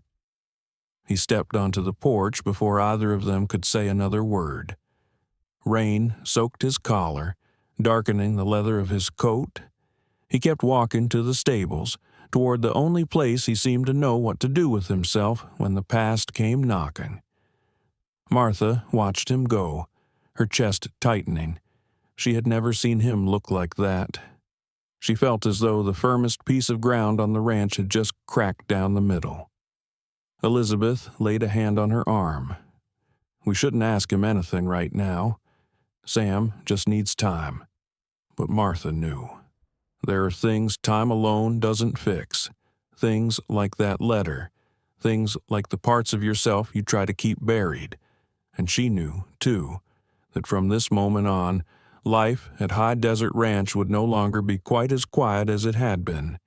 The rain thickened, drumming harder on the roof. Martha stood in the front room, her hand resting on the old wooden box marked with the letter A. She didn't know what waited ahead. She only knew, clear as the sound of rain on dry earth, that this was the turning point. The rain fell all afternoon, not harsh, but steady in the way old sadness lingers. Martha stood by the parlor window, watching the water streak across the glass as she stared toward the horse barn where Sam had disappeared hours earlier. The sky was a dull gray, the kind of gray that made it hard to see what was shifting inside the hearts of those beneath it. Elizabeth sat in her rocking chair, cupping a warm mug of tea, eyes fixed on the door. "Sam doesn't get shaken easily," she murmured, almost to herself. "And if he is, then whatever's inside that letter must be heavy." Martha said nothing. Her heartbeat had slowed, but each beat felt weighted, like a stone sinking deeper with every pulse. Questions circled her mind, sharp and unwelcome. Who exactly was Jeremiah Holt? What happened at Dead Man's Pass? And why would a single letter make Sam's hands tremble? The rain shifted direction, slanting across the window pane. Martha pulled the curtain slightly, a quiet unease growing in her chest. Something told her that whatever truth waited behind that letter would change not only Sam, but the fragile new rhythm she had begun to find at this ranch. Nearly 2 hours passed before the barn door creaked open. Sam stepped out, coat soaked, hair plastered to his forehead. He didn't walk quickly, nor did he move with the heavy steps of a man defeated. He walked like someone trying not to stop, because if he stopped, everything might collapse beneath him. Martha was on the porch before he reached the steps. "Sam, you're soaked. Come inside." He paused under the dripping eaves. Beneath the haze of rain, his eyes looked darker, heavier, so worn that Martha's breath caught. He didn't speak, just nodded and stepped into the kitchen, where Elizabeth had already laid out dry towels and hot water. She draped a towel into his hands. "Sit down. Sam." He lowered himself into a chair. His movements were deliberate, as if his body held itself together by sheer will. Martha noticed his fingers tremble as he pushed his wet coat off the chair. She sat in the next seat, close enough to show she was there, far enough not to intrude. "Sam," she said gently, "what was in the letter?" He didn't respond for so long, Martha wondered if silence was his only answer. Elizabeth didn't move, afraid even a shift of her breath would break whatever thread held his thoughts together. Finally, Sam set his palms on the table and lifted his gaze. "It was about my wife." The room froze. Elizabeth pressed a hand to her chest. Martha felt her fingers curl into the fabric of her skirt, gripping tight to keep them from shaking. Sam almost never mentioned his wife. Martha knew it was a wound he kept sealed, but she hadn't expected the letter to strike that deep. Sam exhaled, and his voice came out low, rough. "Jeremiah Holt served with me when I worked near the border. He was there the day my wife left me." Martha's eyes widened ever so slightly. "She didn't die from sickness or an accident. She walked away," she asked softly. Sam looked down at his hands, tightening and loosening them as if wrestling something invisible. "She left the ranch one morning, without a word, just a small note on the table. I searched for her for half a year, then stopped. People said she'd gone off with another man." Martha's chest ached, not from jealousy, not from fear, but because behind Sam's words she heard a grief so deep it had shaped the quiet, restrained man sitting beside her. "And the letter she whispered," Sam swallowed. "Holt says she didn't leave for another man. She died in the storm at Dead Man's Pass. She was trying to come home. She just didn't make it." Martha felt her breath catch. How many years had Sam lived believing her departure was betrayal? How many nights had he fought anger meant for someone who had died trying to return? And Holt kept that from you. For all these years, Martha asked. 7. Sam answered, voice thick and tired. "He thought he was protecting me. He says he found her journal after the storm. There are things in it, things I never knew." Elizabeth sat heavily, eyes glistening. "Oh, Sam, mercy." He only shook his head. There was no anger on his face, just exhaustion, the exhaustion of a man who had just lost his wife twice in one lifetime. Martha could barely speak. Her throat tightened with the weight of everything unspoken in Sam's expression. This wasn't a wound. It was the hollow left after a wound had never healed. "Sam," she murmured. "I'm so sorry." He looked at her then. His eyes didn't retreat, didn't harden. They opened just a little, just enough to let her see a quiet emptiness inside. "You don't have to be sorry," he said. "But thank you." Elizabeth moved her chair closer and took her brother's arm. "You don't have to carry this alone anymore." Sam looked from her to Martha. "I've carried it alone so long, I'm not sure I remember how to share it." Martha held his gaze. To her, Sam had always seemed as solid as a beam holding the ranch upright. But now she saw him differently. A man standing in a storm, bracing himself because he didn't know how else to stand. A man full of quiet cracks no one had ever been close enough to see. A gentle, instinctive impulse moved her hand. She laid her fingers on the back of his hand. Just a touch, but a real one. Sam looked at her hand. He didn't pull away. He didn't hide. His breath paused for just an instant, like something inside him recognized the small gesture for what it was, a lifeline, not a demand. "I don't know what to do next," he said. "Find the truth," Martha replied softly. "If Holt still has her journal, you should read it, every word." Sam closed his eyes briefly, as if choosing something in the dark. "I'll meet Holt in town tomorrow morning." Elizabeth nodded, the certainty on her face firm that was the right path. Martha slowly withdrew her hand, not because she wanted distance, but because she feared if she held on any longer, Sam might think she was crossing into something he wasn't ready for. Yet in her chest, something loosened, something old and buried shifting in the light. The rain outside softened, as if the storm had poured itself into the room and now had nothing left to give. Sam rose. "I need a walk." Martha stood too, before thinking, "Would you like me to come?" For the first time since reading the letter, Sam looked at her with an expression no grief could dim, a small, quiet warmth. "If you don't mind." "I don't," she said. They walked out onto the porch. The rain had eased into a drifting mist, the air cool and washed clean. Martha stood beside him, offering no questions, no solutions, just presence. After a while, Sam spoke. "Holt says she was trying to come home, that she wanted to apologize for things she'd done before, but the storm took her before she could reach the ranch." Martha turned her head slightly. "That wasn't her fault, and it wasn't yours either." Sam exhaled, the sound uneven. "I spent 7 years being angry at her. Turns out, I was angry at the wrong thing." Martha stared into the distance. Sometimes people don't know how to come back home, and when they finally do, life doesn't wait for them. Sam studied her face.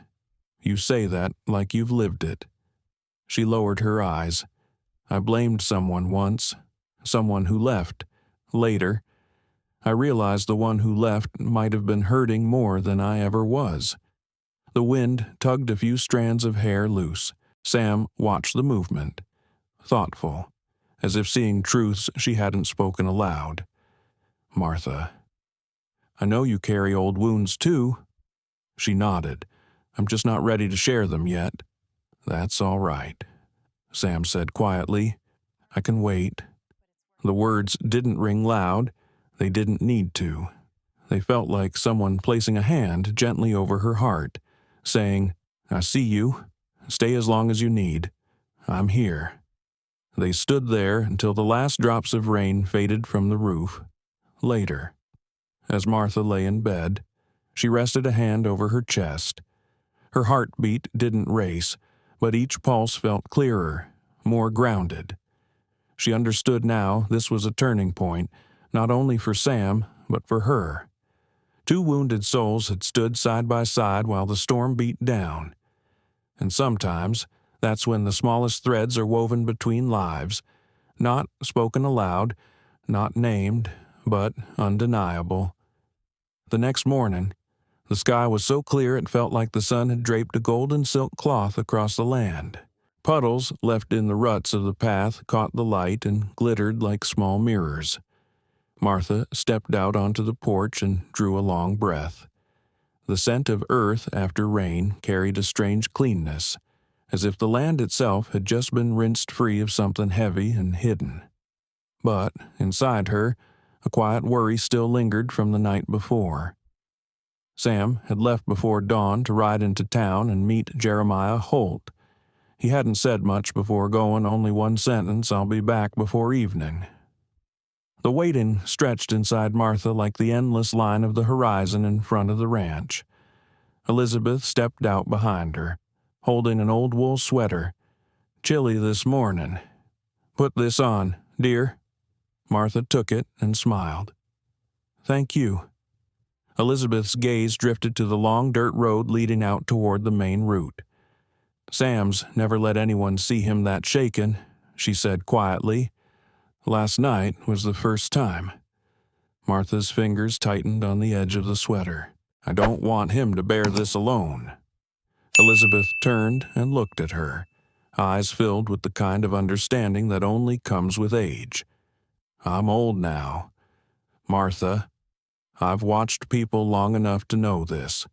The young often think pain is something everyone must carry alone. But sometimes all it takes is one hand resting on another, and suddenly the weight doesn't seem impossible anymore." Martha lowered her head. Liz had seen what she herself didn't dare say out loud. Maybe she'd seen it long before Martha did. Near midday, Martha went to the stables to straighten the straw bedding. She kept her hands busy on purpose. She knew if they stopped, her heart would start asking all over again what Sam might be facing right now in that town. Hoofbeats echoed faintly from a distance. She dropped the pitchfork and stepped to the stable doorway. Sam was returning. He rode the dark brown horse, coat dusty from the road. He didn't look as drained as he had the night before, but something inside his eyes had changed. There was a new weight there, the weight of truth. Yet there was also something like acceptance. Martha walked forward a few steps. "You're back." Sam dismounted and gave a small nod. "There's something I need to talk to you about, and my sister." Elizabeth came from the backyard, wiping her hands on her apron. "Come inside." Then, all three gathered in the front room. Sunlight slanted through the windows, painting long bands of light across the wooden floor. Sam placed an old leather-bound book on the table. Martha recognized it at once. This had to be the journal Holt had mentioned in the letter. Sam looked at it the way a man looks at a piece of his own soul. "This is Amelia's journal," he said, voice oddly calm. "Holt's kept it since the day he found it. He figured one day I'd be strong enough to read it." Elizabeth's hand shook as she touched the edge of the book. Does she write about leaving Sam?" Nodded. "She does. And more than that." The room went so quiet it felt like the house itself was listening. Only the wind slipped faintly through the cracks around the frame. "Amelia was sick. Sam said. She never told me.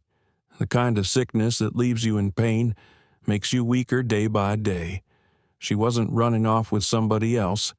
She left because she was afraid of becoming a burden I'd have to watch fade." Elizabeth pressed her hand to her mouth, fighting back a sob. Martha looked at Sam and saw not just a man hurt by loss, but one who'd spent 7 years believing he'd been abandoned, 7 years grieving something that had never actually been true. She wrote that she was wrong to go. Sam continued, that every day away from me was a day she wanted to come back. 2 days before she died, she tried to cut through Dead Man's Pass to get home. Sam's gaze drifted to the window. She never made it through the storm. Martha's chest tightened. That woman had loved Sam in a way that hurt her as much as it hurt him. And death had come the moment she tried to return, a harsh story written in the language of Western fate. He turned back to them. If Holt had told me sooner, maybe I would have forgiven her, but I also understand. Sometimes people are weak. Holt didn't want to watch me destroy myself with that kind of pain. He thought keeping it from me was mercy. Elizabeth spoke in a broken whisper. "You know the truth now, but does it ease anything?" Sam nodded, slowly. "In some ways, yes. I know now Amelia didn't stop loving me, but in other ways..." He paused. "It weighs heavier, because I wasn't there when she needed me most." Martha's fingers dug lightly into her own palms. The urge to reach out to him, to close the distance, was so strong she had to consciously hold herself back. "You can't blame yourself," she said softly. "You didn't know. The only thing you can do now is honor the truth and live a life that's worthy of it." Sam looked at her longer than usual. Something softened in his eyes. "I don't know why I'm saying this," he began, "but when I read Amelia's words, I realized something." He hesitated. "I was ready to live out my days alone. Then you came here." Martha felt her heart lurch. She had not prepared herself for this. "You arrived when I wasn't expecting anyone," Sam went on, "and somehow it felt lighter just knowing you were here." Elizabeth froze in place. She could tell this wasn't mere politeness. Martha knew it too. She lowered her gaze, steadying her voice before she spoke. "I don't know what I can actually do for you, Sam. But if you need someone to listen, I'm here." Sam held her eyes, and this time his thank you carried something different, something deeper. "Thank you, Martha." It wasn't the same gratitude he'd offered before. This time, it came with trust. Elizabeth rose, choosing to give them space. "I'll make some soup. Sam, you should eat something warm." He nodded. Elizabeth left the room. Martha looked at the journal lying on the table. "Do you want me to help you read it?" Sam considered that a moment. "No, this is something I need to face on my own." But then he looked back at her, his voice quieter. "Still, I'd like you to stay in the house while I do, just so I know I'm not completely alone in it." Martha understood. He didn't need help with the words. He needed an anchor, and somehow he'd chosen her to be that. "I'll be here," she said, "for as long as you need." Sam bowed his head slightly, like a man finally setting down a burden he'd been gripping too tightly. Then he picked up the journal and went upstairs to his room. When the door clicked shut, Martha remained in the front room. She knew he was about to walk straight into the worst of his past. But she also felt something else. Another door had just opened, not for the past, for the future. It wasn't love, not yet, and not in any rushed way, but it was connection, real, fragile, and newly tied, and sometimes, from the thinnest threads, people build an entire home. Martha placed a hand over her chest, feeling her heart beating steady but stronger than on any day before. That was enough for today. Tomorrow could bring more. Upstairs. Sam opened Amelia's journal. Downstairs. Martha stood still, watching the clear sky opening beyond the window. Two people, two wounds, taking small, careful steps toward each other. That evening, the sunset washed the sky in shades of golden brown, like fields of wheat ripe at the end of harvest. The stillness was so complete that Martha could hear the wind brushing lightly along the porch roof. Even the horses in the stable stood unusually quiet, as if the entire ranch were holding its breath for whatever Sam was facing in the small upstairs room. Martha couldn't concentrate on anything. She rearranged her knitting basket, tidied the table, sat down only to immediately stand again. The silence made her too aware of her own heartbeat. It wasn't fast or frantic. It was heavy, persistent, like hoofbeats crossing a stretch of dry, endless land. In the kitchen, Elizabeth stayed busy, but her eyes kept drifting toward the stairs. "Sam hasn't come down once since he went up there." "Has he?" Martha answered quietly. "No. He might be crying, you know." Martha blinked in surprise. "Sam, I didn't think he would." Elizabeth let out a soft, sorrowful exhale. "He doesn't cry in front of anyone, not even when Amelia died, but tonight might be the first time." Martha turned away. warmth gathering painfully in her chest, an ache born of wanting to comfort, yet fearing she'd step too close into someone else's hurt. Around 8 o'clock, the door upstairs finally opened. Both women lifted their heads. Sam descended the steps slowly, the journal in his hand. His face wasn't shattered the way it had been when he first read the letter.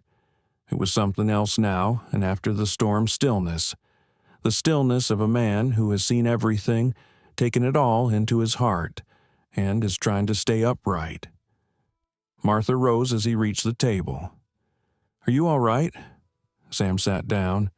"I finished it." "Was it very hard?" Elizabeth asked. Sam placed the journal on the table, his hand resting over the worn leather cover, as if he could still feel the warmth of the woman who once held it.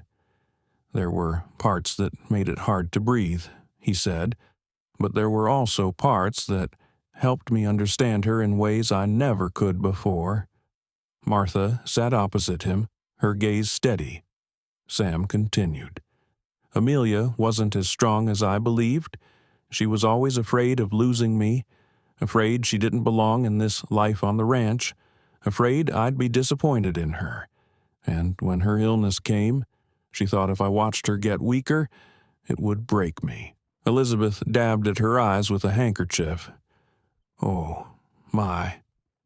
Sam stared into the dark corner of the room. "I thought I knew how to read people. Turns out I knew nothing of the fear she carried. It wasn't your fault," Martha said softly. Sam shook his head. "In her journal, she wrote that if she could live again, she would be more honest with me, that she wished she'd stayed, if only." His voice thinned, carried away by the draft drifting through the doorway. Elizabeth placed her hand on his shoulder. "You did everything you could with what you knew. Sam, no one blames you." Sam exhaled slowly, then turned to Martha. "Last night, I stayed up longer than I meant to, and I kept thinking if I ever get the chance to live a different kind of life, one not chained to the past, I want to take it." Martha didn't answer right away. Her hands folded in her lap, fingers pressing lightly into one another to steady herself. Inside, a quiet string tightened gentle, fragile, undeniable. "What do you plan to do next?" she asked. "I'm going to Dead Man's Pass tomorrow," Sam said. "To put an end to all of it, to give Amelia the peace she should have had years ago." Elizabeth nodded. "You shouldn't go alone." Sam turned to Martha, slowly, deliberately, as if weighing something important. "I want Martha to go with me." Martha's heart tightened painfully in her chest. She stared at him. Understanding this wasn't a casual request. Dead Man's Pass wasn't a simple destination. It was a narrow, dangerous path carved into the mountain rock. Many people had gone missing there in storms like the one that took Amelia. "Why me?" Martha asked, her voice soft. "Because you understand loneliness," Sam replied. "And when I stand in front of the truth, you don't make me feel weaker. You just make me feel human." The words weren't loud, but they settled deep in Martha's chest, loosening something and tightening something else. Elizabeth rose from her chair. "I'll prepare food and water for you both. But Sam, don't pressure the girl if she doesn't want to go." Martha shook her head immediately. "I want to go." Sam held her gaze for a moment. It looked like he wanted to say something more, but he simply nodded. No extra words needed.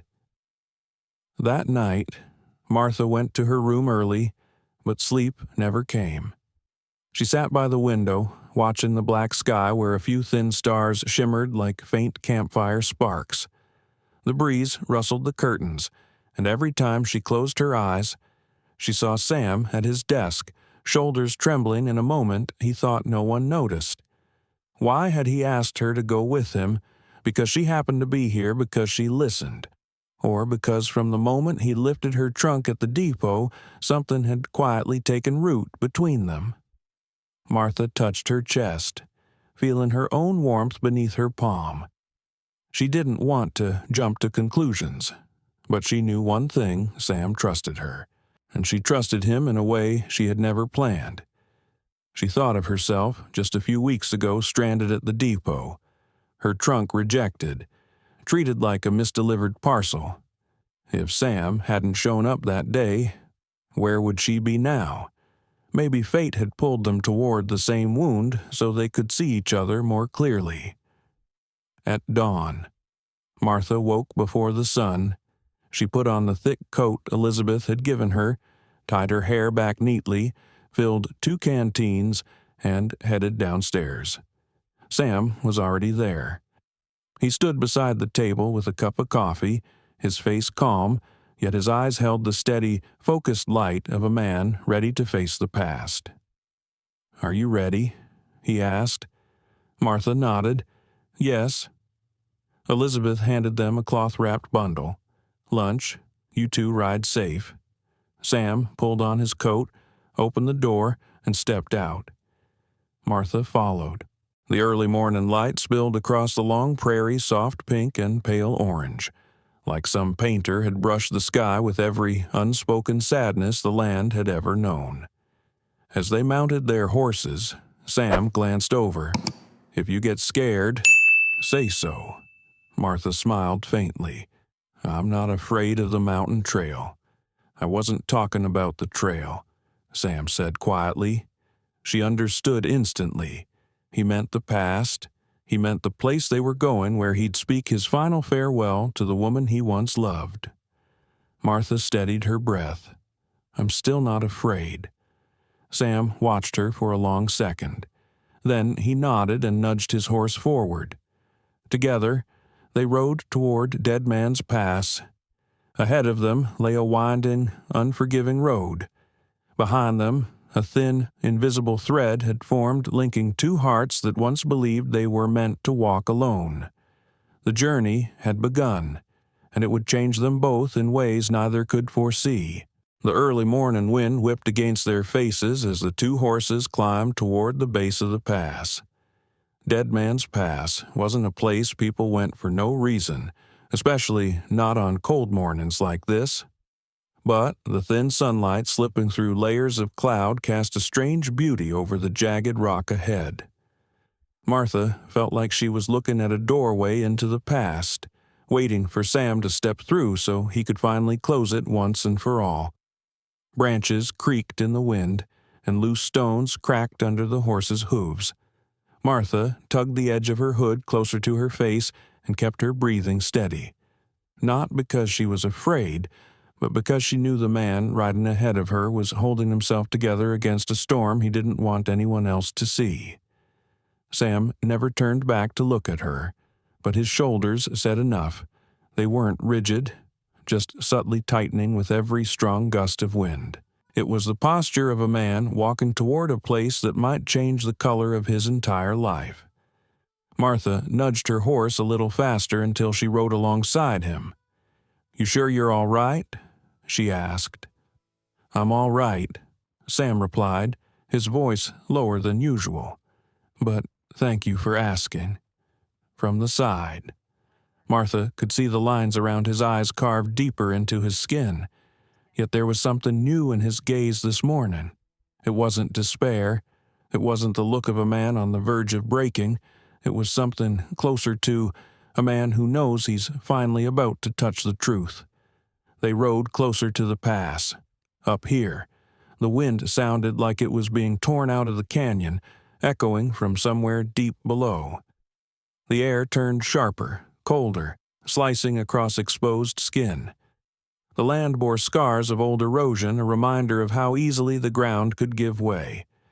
It wasn't hard to see why they called it Dead Man's Pass. One wrong step, and you could vanish before anyone even knew you'd fallen. Sam pulled his horse to a stop near a sheer drop of rock. "From here, we walk." Martha nodded softly. She dismounted, tightened the reins, and glanced around. The pass was harsh and bare, but there was a strange, lonely beauty to it. Clumps of cactus clung to the rock, and here and there tiny yellow flowers pushed through the cracks, blooming even when there was no one to see them. Life endured here, the same way people in the West kept going long after they had reason to quit. Sam moved ahead, his left hand trailing along the rock face, as if trying to touch the same path Amelia had walked. Martha followed a few steps behind, close enough that he wouldn't feel alone, far enough to give him the space to meet his grief on his own terms. After about 20 minutes of climbing, Sam stopped abruptly. "Here," he said, his voice roughened. Martha stepped up beside him. Before them, a narrow strip of earth jutted out toward the edge. The wind was fiercer here.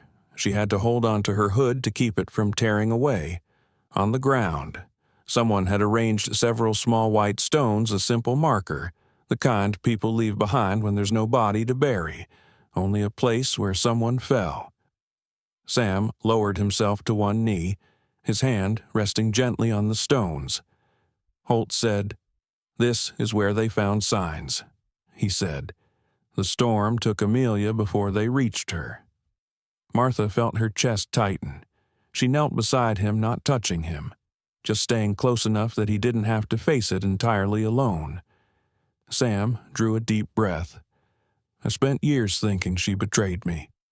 But the truth is, she was trying to come back. She was trying to reach me. She never meant to leave me behind." His voice cracked on the last word. Martha saw his strong hands tremble. A man like Sam, who'd walked through years of silence and never once admitted how deep the wound went. Now let it spill out into the mountain air like the cold wind rushing through the rocks. He reached into his coat and brought out the journal. Its leather cover was worn and faded, still holding the faint scent of wood and old paper.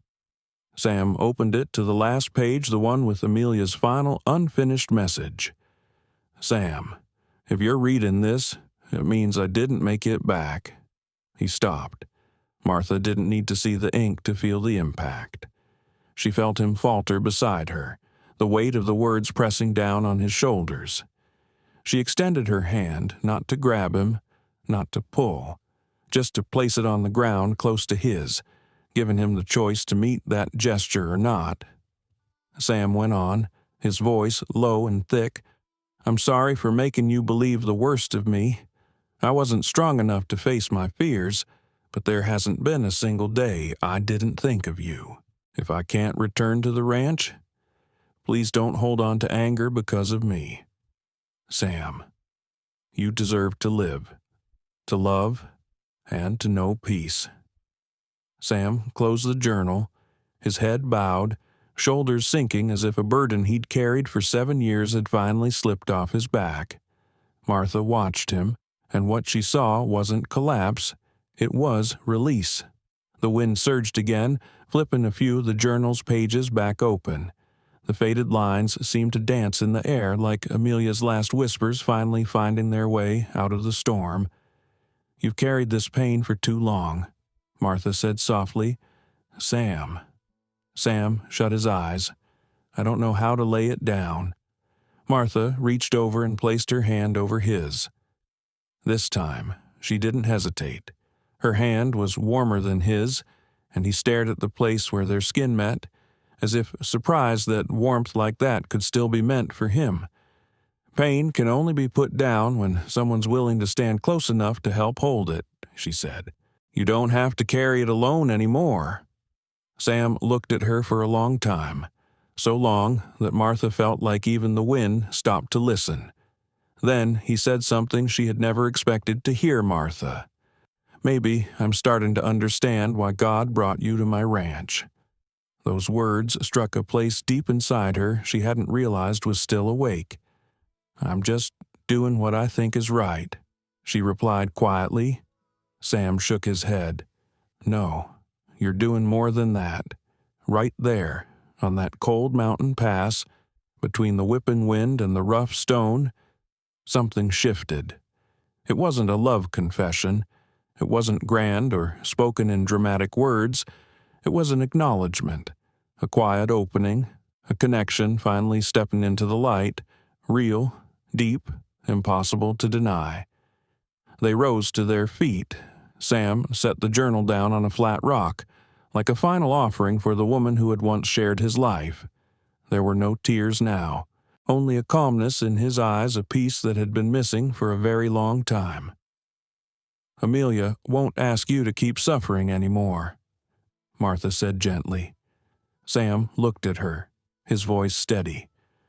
"No, and I won't let that pain blind me to what's standing right in front of me now." Heat rushed to Martha's cheeks, but she kept her composure. "We should head back. Elizabeth will be waiting." Sam nodded, resting his hand briefly on the rock, a last quiet thank you, a simple goodbye. Then he turned to Martha, and his voice carried more warmth than the sun breaking through the clouds. "Thank you for coming with me." "Because you needed it," Martha replied, "and because you wanted to," Sam added. She didn't argue, because it was true. They made their way back to the horses and started down the pass. The wind still howled, but it no longer felt like a threat. The sky slowly cleared, patches of blue breaking through as if the land itself was exhaling. On the ride back, Martha watched his back as he led the way. For the first time since she met him, she didn't see isolation there. She saw space that had been carved out by pain, now being filled with something warm and new, and she understood. From this moment on, their story would not be the same. Something had shifted at Dead Man's Pass. The past had finally spoken. The pain had finally loosened its grip, and somewhere between the rocks and the wind, another feeling had quietly found its voice. That afternoon, when they returned to High Desert Ranch, the sun was already leaning westward, casting a soft, golden warmth over the wooden cabin and white-painted fences. Martha dismounted first, and the moment her boots touched the ground, she felt it something different in the air, as if the ranch itself sensed that Sam had come home from a long journey inside his own heart. Elizabeth stood on the porch, shading her eyes with one hand. When she saw Sam's steady posture and Martha walking beside him, she let out a quiet, relieved breath. The two of them stepped up the porch steps. Elizabeth hurried toward them. "Sam, are you all right?" Sam nodded. His gaze no longer carried that heavy weight it once held. "I'm all right. I feel lighter." Elizabeth pressed a hand to her chest, visibly moved. "Thanks be to God." Martha stepped slightly back, wanting to give them room. But Elizabeth reached for her hand, her voice warm. "You come inside, too. You stayed by my brother's side when he needed someone most. I'm grateful for that." Martha looked flustered, but she smiled. Sam looked at her as well, his eyes saying something deeper than any spoken thanks. Dinner that night was simple, but full of warmth: hot soup, toasted bread, stewed beef, and the crackle of the fire in the stove. Sam was quiet for most of the meal, but it wasn't a heavy silence. It was the silence of a man finally allowing himself to breathe again. After the dishes were cleared, Sam set down his coffee cup and looked at Martha. "Would you step out on the porch with me for a moment?" She nodded. Outside, the evening breeze drifted through like a gentle touch from the desert air. The last light of day washed the backyard in a honey-colored glow. Sam leaned against one of the porch pillars, arms crossed, staring out at the endless stretch of prairie. "Thank you, Martha," he said, voice deep and unhurried, but steady. "You helped me do something I couldn't bring myself to do for 7 years. I didn't do anything grand," Martha replied. "I just walked with you." "Sometimes," Sam said, "walking with someone through their pain is the greatest thing anyone could do." Martha looked at him, feeling those words land in her chest like a soft, quiet touch. The wind brushed her hair, sending loose strands dancing in the air, and Sam followed the motion with his eyes gentle. Steady, held back, but unmistakably warm. "I don't know what tomorrow will look like," Sam said. I don't know how far I can open my heart, but," he met her gaze, "I want to try." The words made Martha stop breathing for a heartbeat. She didn't look away. There was no grand promise in his voice, no rushed declaration, only truth. The truth of a man who had lived too long in loneliness and was now willing to take one small step toward the light. Martha drew in a slow breath. "I don't know what the future holds either, Sam, but I know I'm willing. If you want us to walk it together." A brief stillness passed between them. Then Sam touched her hand. Just a light, barely there touch, soft as the wind, but enough to ignite a small, warm flame in Martha's chest. Then, slowly, Sam murmured, "We don't have to rush?" Martha smiled. "I agree." They stood side by side for a long time, watching the sun slip behind the mountains. No more words were needed. Peace filled the space around them, settling onto the ranch like a new layer of warmth. Night fell.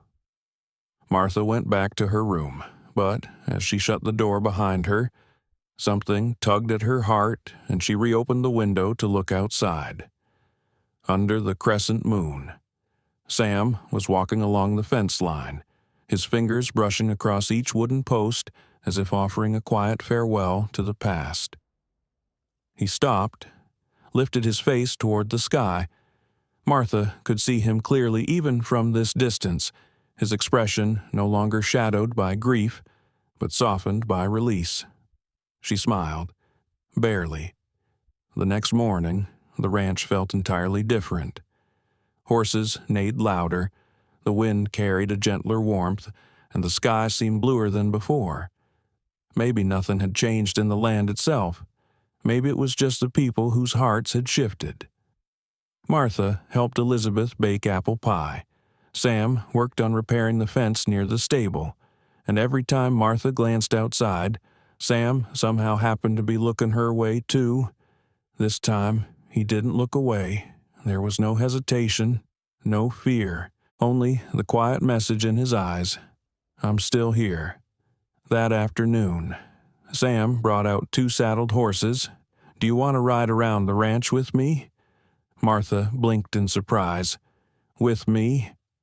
"Who else?" Sam asked, tilting his head slightly, a rough hint of humor in his voice, something Martha had never heard from him before. They rode across the fields. The wind swept across the earth, kicking up golden dust like a blessing from the desert plains. Martha felt her heart loosen with each steady hoofbeat. At one stretch of the trail, Sam spoke without turning around. "You know, I thought this ranch would always be a place of work and memories, but since you arrived, there's been laughter again. I don't think I did anything that big," Martha murmured, cheeks flushing.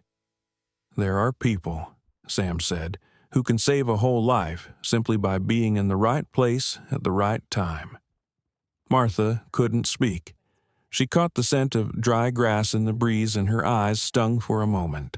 By sundown, they returned to the house.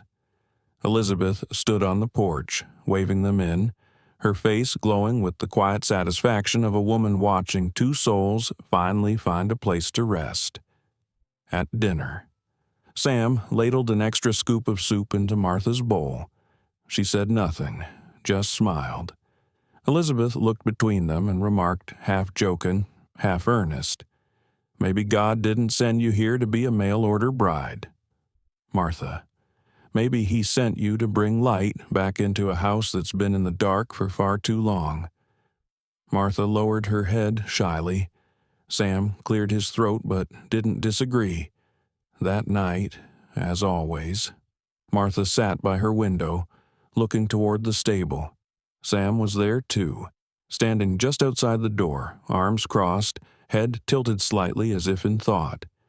Then he turned back toward the house, and at that exact moment, Martha was still at the window. Their eyes met across the wide yard. No waving, no calling names, but in Sam's gaze, there was something steady, something undeniably gentle. A new future was waiting for both of them. Martha closed the window and lay on her bed. She pressed a hand to her chest. Her heartbeat was slow, deep, peaceful. For the first time in years, she didn't feel lost in the world, and tomorrow would be a new day on this ranch, a day no longer weighed down by the past, a day where she and Sam could choose to take another small step forward if they both wanted to.